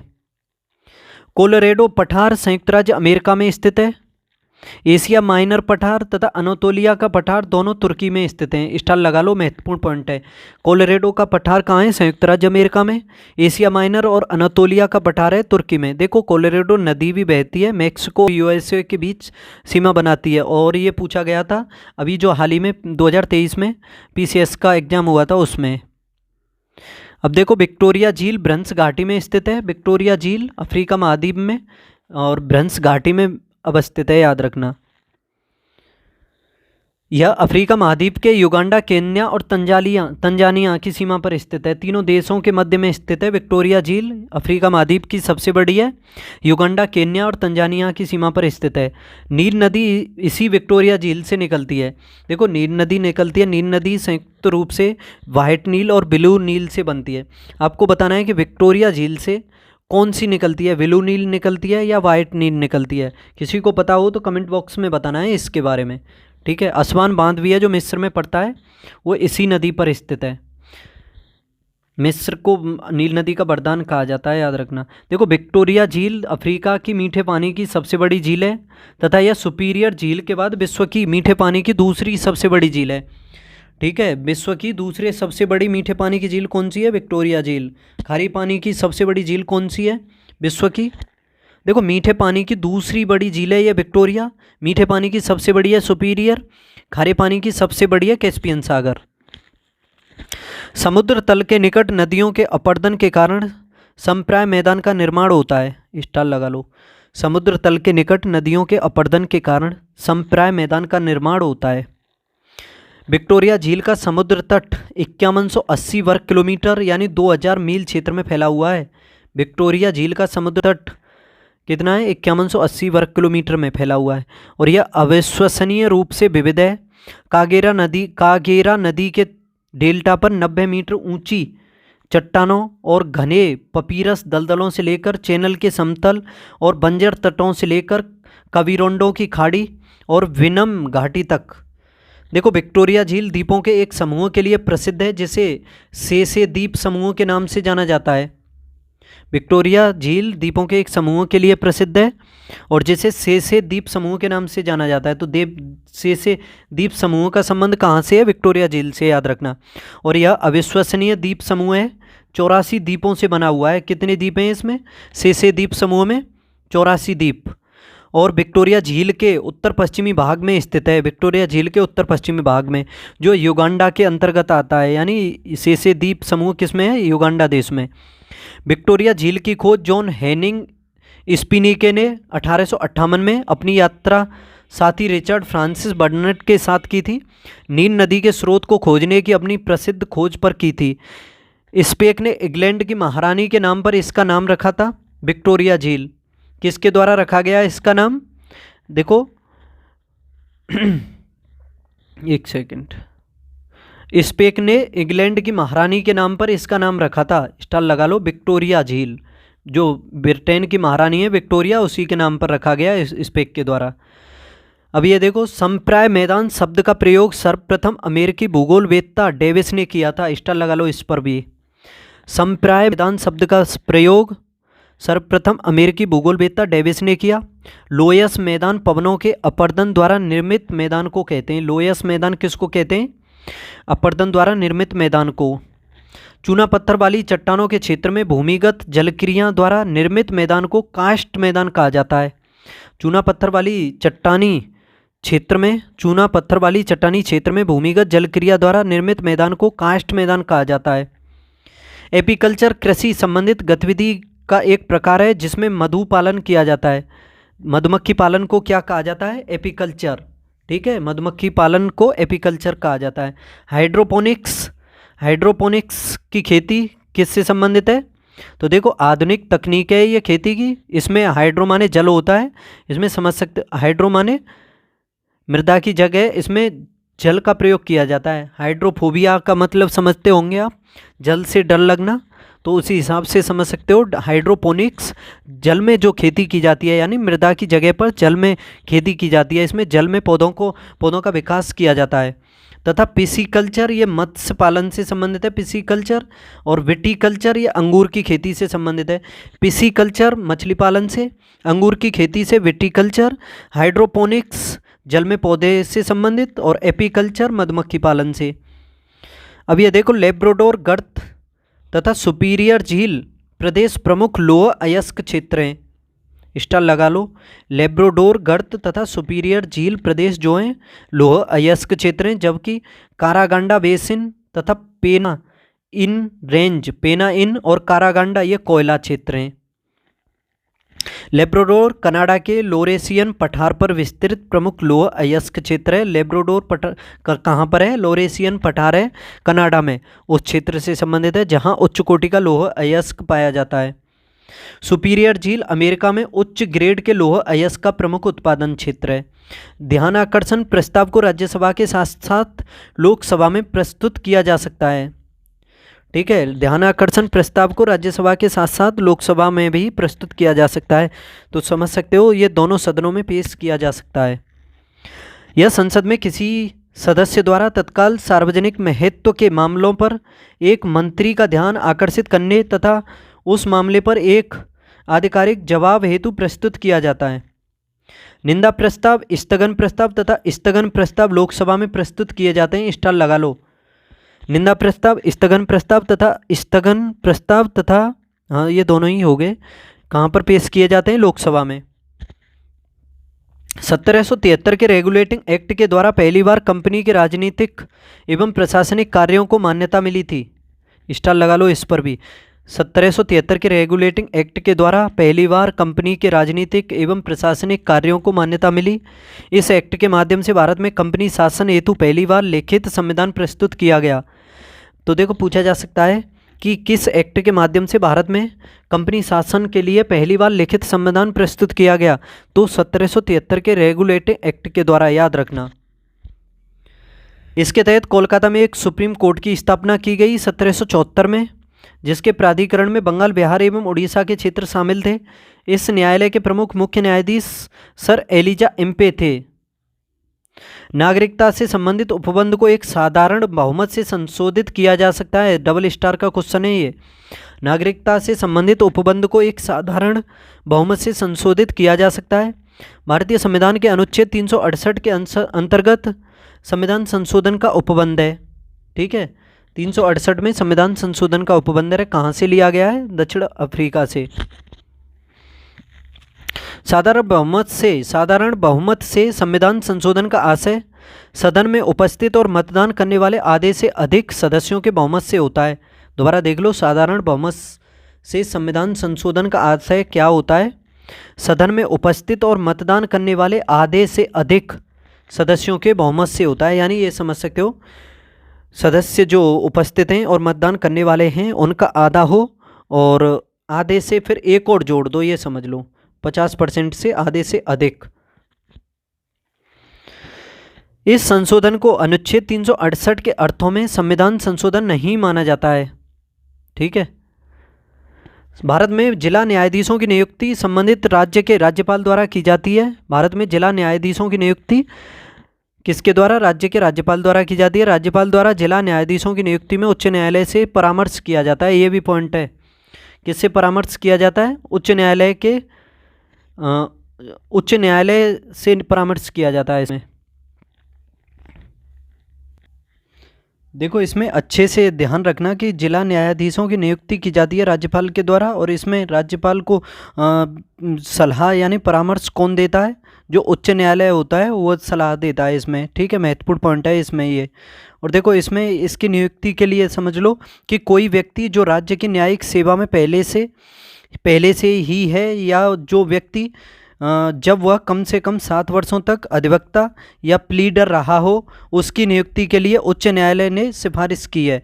याद रखना, वो इससे पहले जो व्यक्ति है न्यायिक सेवा में इससे पहले रहा हो, और वह व्यक्ति कम से कम 7 वर्षों तक अधिवक्ता रहा हो या प्लीडर रहा हो, और उसकी नियुक्ति के लिए उच्च न्यायालय ने सिफारिश की हो, तो वही जिला न्यायाधीश बन सकता है। ठीक है, याद रखना। आगे देखते हैं अब। और देखो, संविधान के अनुच्छेद 233 में जिला न्यायाधीशों की नियुक्ति का प्रावधान है। आर्टिकल 233 में जुलाई 2023 में G20 आपदा जोखिम न्यूनीकरण कार्य समूह की तीसरी एवं अंतिम बैठक का आयोजन चेन्नई में किया गया है। कहाँ पर? चेन्नई में किया गया है। G20 की जोखिम न्यूनीकरण कार्य समूह की तीसरी और अंतिम बैठक का आयोजन कहाँ पर? चेन्नई में। G20 में आपदा जोखिम न्यूनीकरण को शामिल करने की भारत की यह पहल आपदा न्यूनीकरण वर्ष 2015 से 2030 तक के 30 के लिए सेंदाई फ्रेमवर्क का एक हिस्सा है। ठीक है, सेंदाई फ्रेमवर्क का। आपदा जोखिम न्यूनीकरण कार्य समूह की पहली बैठक मार्च 2023 में गांधीनगर, गुजरात में हुई थी। और सेंदाई फ्रेमवर्क आपदा जोखिम को कम करने वाला एक अंतर्राष्ट्रीय समझौता है। अब देखो, बजट 2024-25 के अनुसार भारत सरकार ने रक्षा क्षेत्र में गहन प्रौद्योगिकियों को मजबूत बनाने और आत्मनिर्भरता में तेजी लाने के लिए वित्त वर्ष 2024-25 में नई योजना शुरू करने का फैसला केंद्र सरकार ने किया है।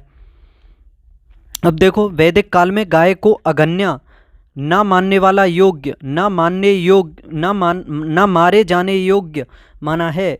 वैदिक काल में गाय को अगन्य कहा गया है, और अगन्य का मतलब है न मारे जाने योग्य। वह पशु जो न मारे जाने योग्य हो, ठीक है। वैदिक काल में अगन्या कहा गया है गाय को। गाय की हत्या अथवा उसे घायल करने वाले व्यक्ति को मृत्युदंड दिया जाता था। देश निकालने की व्यवस्था वेदों में दी गई है। ठीक है। वैदिक काल में अगर कोई व्यक्ति गाय को मार देता था, ठीक है, या घायल कर देता था तो उसको मृत्युदंड दिया जाता था गाय की हत्या के जुर्म में।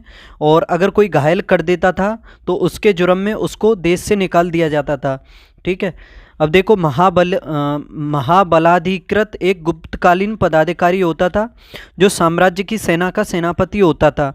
महाबलाधिकृत गुप्तकालीन पदाधिकारी ये सेना का सेनापति होता था। महादंडनायक युद्ध तथा सैन्य सक्रियता से संबंधित था। महादंडनायक कौन था? युद्ध तथा सैन्य सक्रियता से संबंधित था। महाप्रतिहार का कार्य सम्राट के राजप्रसाद की देखरेख करना था। ये भी महत्वपूर्ण है। महाप्रतिहार ये क्या करता था? सम्राट के राजप्रसाद की देखरेख करता था। महासंधि विग्रह यह जो था युद्ध यानी पद धारण करने के बाद यह संधि का कार्य करवाता था। ठीक है। महासंधि विग्रह कौन था? यानी महासंधि विग्रह को आप ऐसे समझ सकते हो, शांति और युद्ध से संबंधित था ये। भारत में सर्वप्रथम मयूर शैली की मुद्राएं कुमारगुप्त प्रथम के द्वारा चलाई गई थीं। स्टल लगा लो। मयूर शैली की मुद्राएं कुमारगुप्त प्रथम के द्वारा चलाई गईं। पश्चिम भारत के विशाल भूभाग से कुमारगुप्त की स्वर्ण, रजत और ताम्र मुद्राएं प्राप्त हुई हैं। कहाँ से? विशाल भूभाग है पश्चिम भारत का, वहाँ से। इनकी मुद्राओं पर महेंद्रादित्य, अगीत महेंद्र, महेंद्र सिंह, अश्वमेघ महेंद्र आदि उपाधियाँ दी गई हैं। ठीक है। महेंद्रादित्य, अगीत महेंद्र, महेंद्र सिंह, अश्वमेध महेंद्र आदि ये सभी उपाधियाँ दी गई हैं। किसको? कुमारगुप्त प्रथम को। ठीक है, याद रखना। और देखो, एग्रोनोमी, मार्ग निर्माण, पोतवाद्य, मापतोल का अधिकारी। दोबारा देखो, एग्रोनोमी, मार्ग निर्माण, पोतवाद्य, मापतोल का अधिकारी तथा सूनाध्यक्ष बूचड़ खाने का अधिकारी होता था। ठीक है, अच्छे से समझ लेना इन्हें। देखो, बलूचिस्तान, एक सेकंड, इन्हें दोबारा अच्छे से समझने की कोशिश करो। एग्रोनोमी मार्ग निर्माण से संबंधित था। पोतवाद्य मापतोल का अधिकारी, सूनाध्यक्ष बूचड़ खाने का अधिकारी होता था। ठीक है। देखो, बलूचिस्तान जो पाकिस्तान में पड़ता है, ठीक है, बलूचिस्तान में स्थित पुरा स्थल है मेहरगढ़। यहाँ से पाषाण संस्कृति से लेकर के हड़प्पा सभ्यता तक के सांस्कृतिक अवशेष प्राप्त हुए हैं। कहाँ से? मेहरगढ़ से, जो पाकिस्तान के बलूचिस्तान में पड़ता है। मेहरगढ़ से प्राचीनतम कृषि एवं पशुपालन के साक्ष्य भी मिले। ये महत्वपूर्ण क्वेश्चन है। मेहरगढ़ से प्राचीनतम कृषि एवं पशुपालन के साक्ष्य मिले। मेहरगढ़ वर्तमान बलूचिस्तान में बेलन नदी के तट पर है। किस नदी? बेलन के। देखो, कनिष्क को द्वितीय अशोक कहा जाता है। किसको कहा जाता है? कनिष्क को। कनिष्क कुषाण वंश का महानतम शासक हुआ है। इसके कार्यकाल की शुरुआत 78 ईसा पूर्व में हुई थी। कब? 78 ईसा पूर्व में। कनिष्क महायान बौद्ध धर्म का उपासक था तथा इसके समय में चौथी बौद्ध संगति का आयोजन हुआ था कुंडनवन कश्मीर में, और बौद्ध धर्म का विभाजन हुआ था हीनयान और महायान में इसी संगति में। देखो, मनुष्य ने सर्वप्रथम तामा धातु का प्रयोग किया था। इसके द्वारा बनाया जाने वाला प्रथम औजार कुल्हाड़ी था। मनुष्य के द्वारा तांबे का जो पहला औजार बनाया गया वो कुल्हाड़ी था। कुल्हाड़ी अतिरंपकम में मिला था। कुल्हाड़ी कहाँ मिला था? अतिरंपकम में।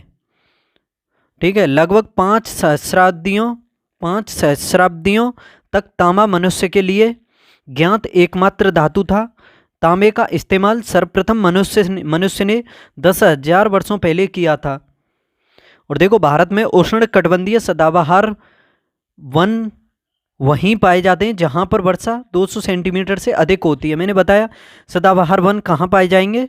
वह क्षेत्र जहां पर 200 सेंटीमीटर से अधिक वर्षा होगी और तापमान 22 डिग्री से लेकर के 27 डिग्री सेल्सियस के आसपास होगा। और देखो, उष्णकटिबंधीय पर्णपाती वन उन क्षेत्रों में पाए जाते हैं जहां पर वर्षा 100 से लेकर के 200 सेंटीमीटर के मध्य होती है तथा तापमान 29 से 35 के आसपास होता है। उष्णकटिबंधीय शुष्क वन उन क्षेत्रों में पाए जाते हैं जहां पर वर्षा 50 से 100 सेंटीमीटर होती है। ठीक है। और देखो, निर्जल वन, मरुस्थलीय वन उन क्षेत्रों में पाए जाते हैं जहां पर वर्षा 30 सेंटीमीटर से 60 सेंटीमीटर के मध्य या वर्षा 50 सेंटीमीटर से कम होती है। यानी जिस क्षेत्र में 50 सेंटीमीटर से वर्षा वार्षिक वर्षा जो है कम होती है वहाँ पर निर्जल वन यानी मरुस्थलीय वन पाए जाते हैं। और भारत के पूर्वी तथा पश्चिमी सुदूर बिंदुओं के स्थानीय समय में अंतर का कारण भारत का विशाल देशांतरीय विस्तार है। ठीक है। और अरुणाचल प्रदेश के पूर्वी भाग की अंतिम मध्याह्न रेखा कितनी है? 97 डिग्री 25 मिनट पूर्वी देशांतर और पश्चिमी भाग गुजरात में स्थित कौन सी है? अंतिम स्थान कौन सा है? देखो ये समझ लो कि भारत का पूर्वी किनारा कौन सा है?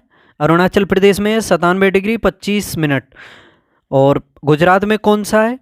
गुजरात में जो सबसे पश्चिमी है वो 68 डिग्री 7 मिनट पूर्वी देशांतर है। ये दोनों पूर्वी देशांतर में ही पड़ते हैं और तकरीबन देखा जाए तो इन दोनों के मध्य में गैप है 30 डिग्री का, इसी वजह से समझ सकते हो।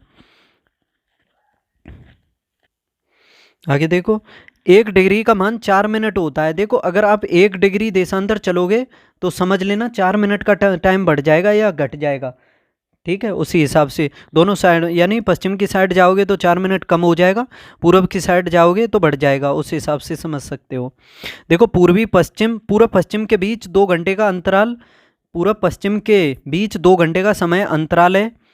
ग्रेट विक्टोरिया मरुस्थल के अंतर्गत ग्रेट सैंडी मरुस्थल, गिब्सन मरुस्थल और सिम्पसन मरुस्थल को सम्मिलित किया जाता है। ये सभी मरुस्थल कहाँ पाए जाते हैं? ऑस्ट्रेलिया में। देखो यहाँ से यहाँ तक समझ लो। इसमें ग्रेट विक्टोरिया मरुस्थल कहाँ पर है? ऑस्ट्रिया में। इसी के अंतर्गत देखो ग्रेट सैंडी है, सबसे उत्तर में पड़ता है, उसके नीचे पड़ता है ग्रेट गिब्सन, फिर सिम्पसन भी है और ग्रेट विक्टोरिया ही कह देते हैं इसको सभी को। ठीक है। और देखो भारत का जो टाइम है उसमें पूर्वी और पश्चिमी बिंदु का टाइम देखा जाए तो उसमें 2 घंटे का अंतर है। और भारत का जो टाइम है निर्धारण किया गया है 82.5 डिग्री से, 82.5 डिग्री है, जो इलाहाबाद के नैनी नामक स्थान से जाती है, वहाँ पर जो समय होगा वह पूरे भारत में मान्य होता है। यह ऑस्ट्रेलिया, अब इसके बारे में देखो, यह मरुस्थलों के बारे में, यह ऑस्ट्रेलिया के पश्चिमी तटीय पठार में स्थित हैं और ऑस्ट्रेलिया में वर्षा केवल ग्रेट डिवाइडिंग रेंज के पूर्वी तट में होती है। देखो ग्रेट डिवाइडिंग रेंज जो है उसी में ऑस्ट्रेलिया के पूर्वी हिस्से में पड़ती है, पर्वतमाला है। और एक ग्रेट डिवाइडिंग रेंज तो ये पर्वतमाला हो गई, ग्रेट बैरियर रीफ भी है वहाँ पर एक, वो प्रवाल भित्ति है। इसीलिए पश्चिमी क्षेत्र में बृहद विक्टोरिया मरुस्थल पाया जाता है।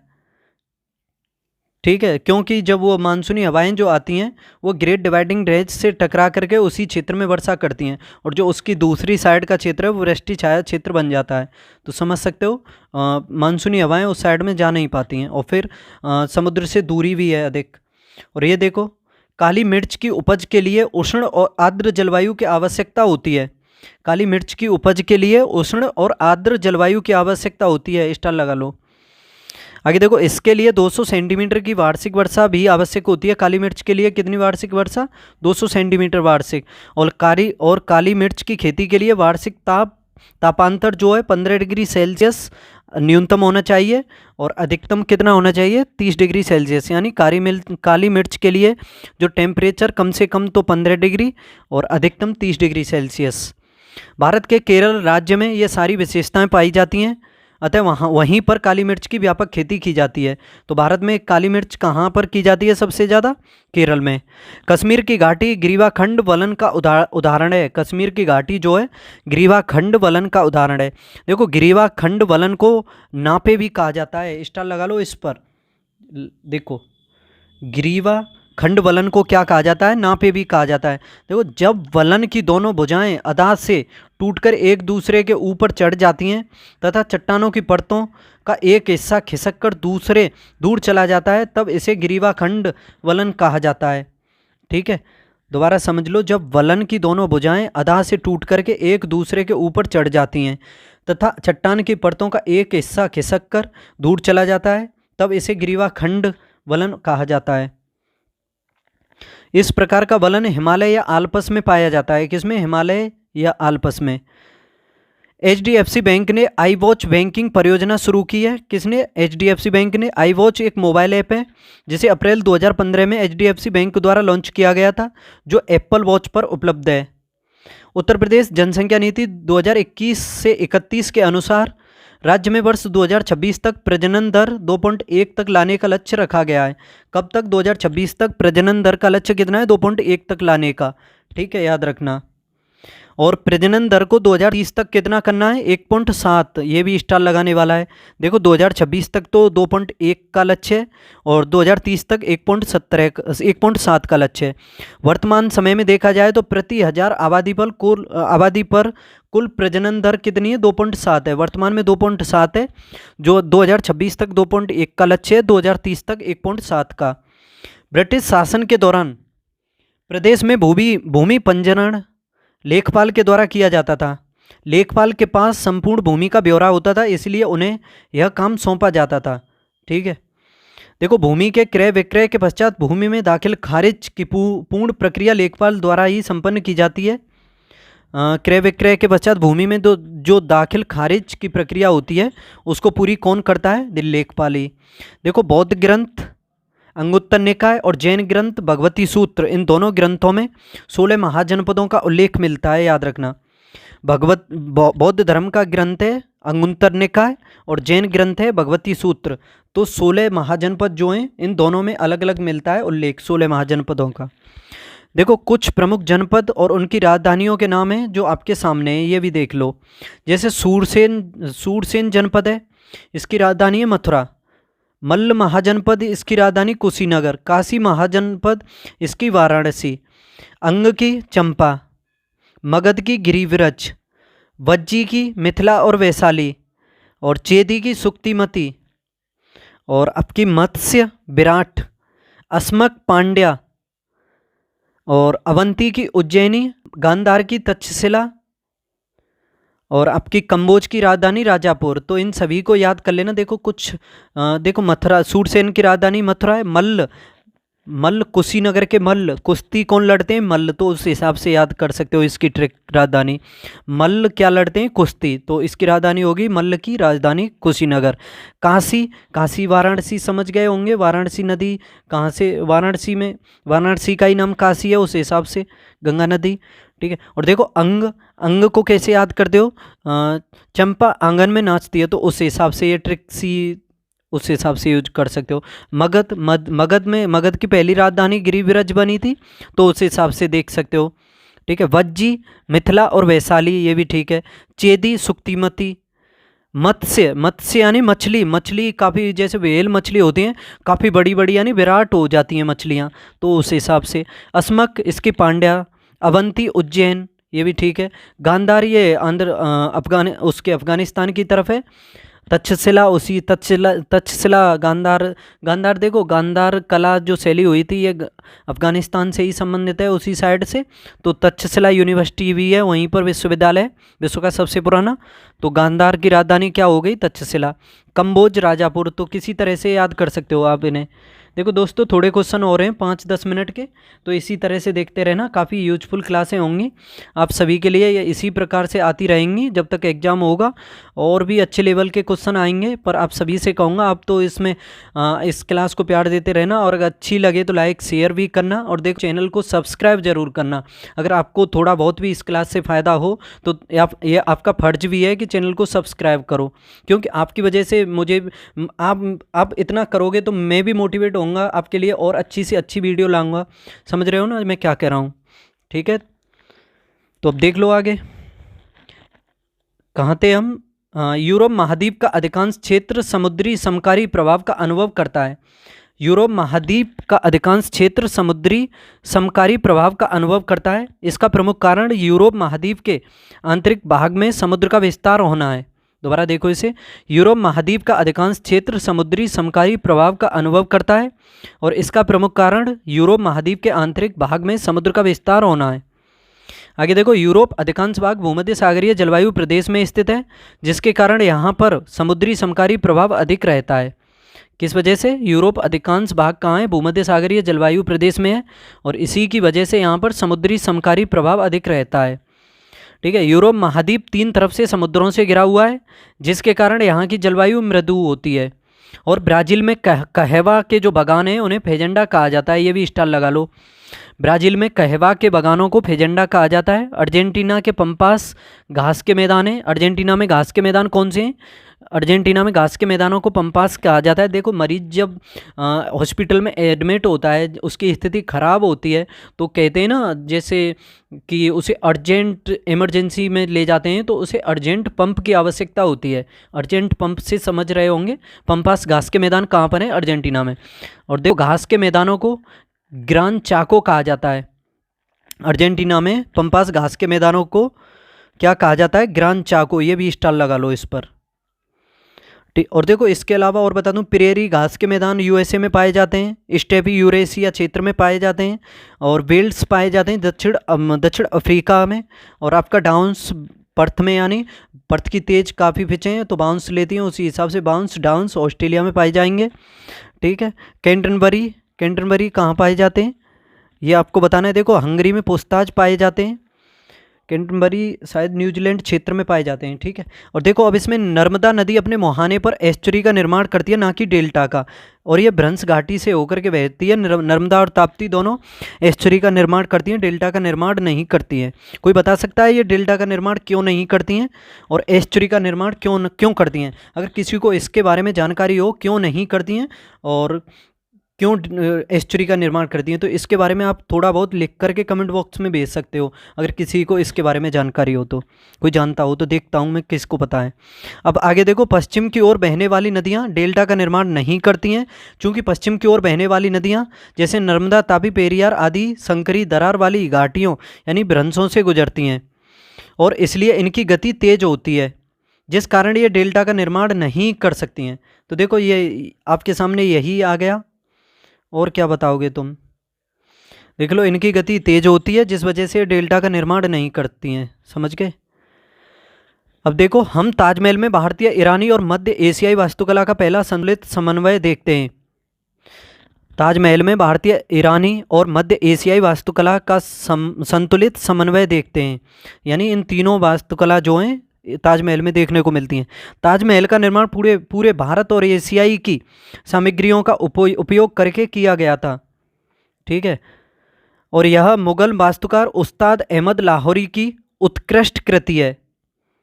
इसके वास्तुकार कौन है ताजमहल के? तो उस्ताद अहमद लाहौरी हैं, और जो विश्व की सबसे प्रसिद्ध इमारतों में से एक है।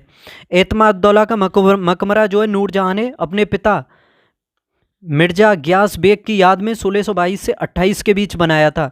एतमादुद्दौला का मकबरा किसने बनाया था? नूरजहां ने बनाया था अपने पिता मिर्जा गियास बेग की याद में 1622 से 28 के बीच। और इसी मकबरे को कहा जाता है ताजमहल की बद्दी नकल। ठीक है। इसी मकबरे को ताजमहल का प्रारूप माना जाता है। इस मकबरे में जो है नूरजहां का जो ये एतमादुद्दौला का मकबरा है, इसमें पित्रादुरा शैली का प्रयोग हुआ है। पित्रादुरा शैली अर्ध कीमती पत्थर से बना पुष्प डिजाइन है। अर्ध कीमती पत्थर से बनी पुष्प डिजाइन कौन सी है? पित्रादुरा शैली। और इसका पहली बार प्रयोग किस में हुआ है? एतमादुद्दौला के मकबरे में। ठीक है। तो दोस्तों ये इस तरह से आज का ये मॉक टेस्ट के ये नोट्स का कंप्लीट नोट्स पीडीएफ के रूप में कुछ भी समझ लो, जीएस से संबंधित टॉपिक्स हमने आपके सामने डिस्कस किए, काफ़ी यूजफुल आपके एग्जाम से। देखो यूपीपीसीएस, आरओ, एआरओ, इसके अलावा और भी जैसे सीजीएल वगैरह और भी यूपीएससी वगैरह जितने भी एग्ज़ाम होते हैं, जिस किसी में भी सीडीएस, जिस किसी में भी जीएस आती है, तो सभी के लिए यूजफुल होने वाली है ये क्लास, काफ़ी महत्वपूर्ण होगी। इसी तरह से लाता रहूँगा मैं आपके सामने, और इसके बारे में आपकी राय या कुछ आपकी तरफ से कह सकते हो, कुछ भी हो तो सब कुछ कमेंट बॉक्स में भेजिए, और इस क्लास को ज़्यादा से ज़्यादा शेयर कीजिए। अगर अच्छी लगी हो तो लाइक शेयर कीजिए, यह आपका फ़र्ज है, और चैनल को सब्सक्राइब कर लीजिए नहीं किया है तो। ठीक है। तो फिर मिलते हैं। और देखो प्रैक्टिस सेटों की तो सीरीज़ आपके लिए कंटिन्यू चलती ही रहेगी। आरओ और जो यूपीपीसीएस का है उसे भी आप अच्छे से देखिए। ठीक है। वो भी काफ़ी यूजफुल है। उसमें हम 50 क्वेश्चंस देखते हैं डेली जीएस के, और फैक्ट लगा करके डेली हो जाते हैं, उसमें 200-250 प्लस क्वेश्चन हो जाते हैं। तो मैं कहता हूँ आपका जब तक एग्ज़ाम होगा 1-2-2.5 महीना तो मान ही लो, तब तक आपकी काफ़ी अच्छी तैयारी हो जाएगी। ठीक है। तो फिर अगली क्लास में मिलते हैं, तब तक के लिए बाय।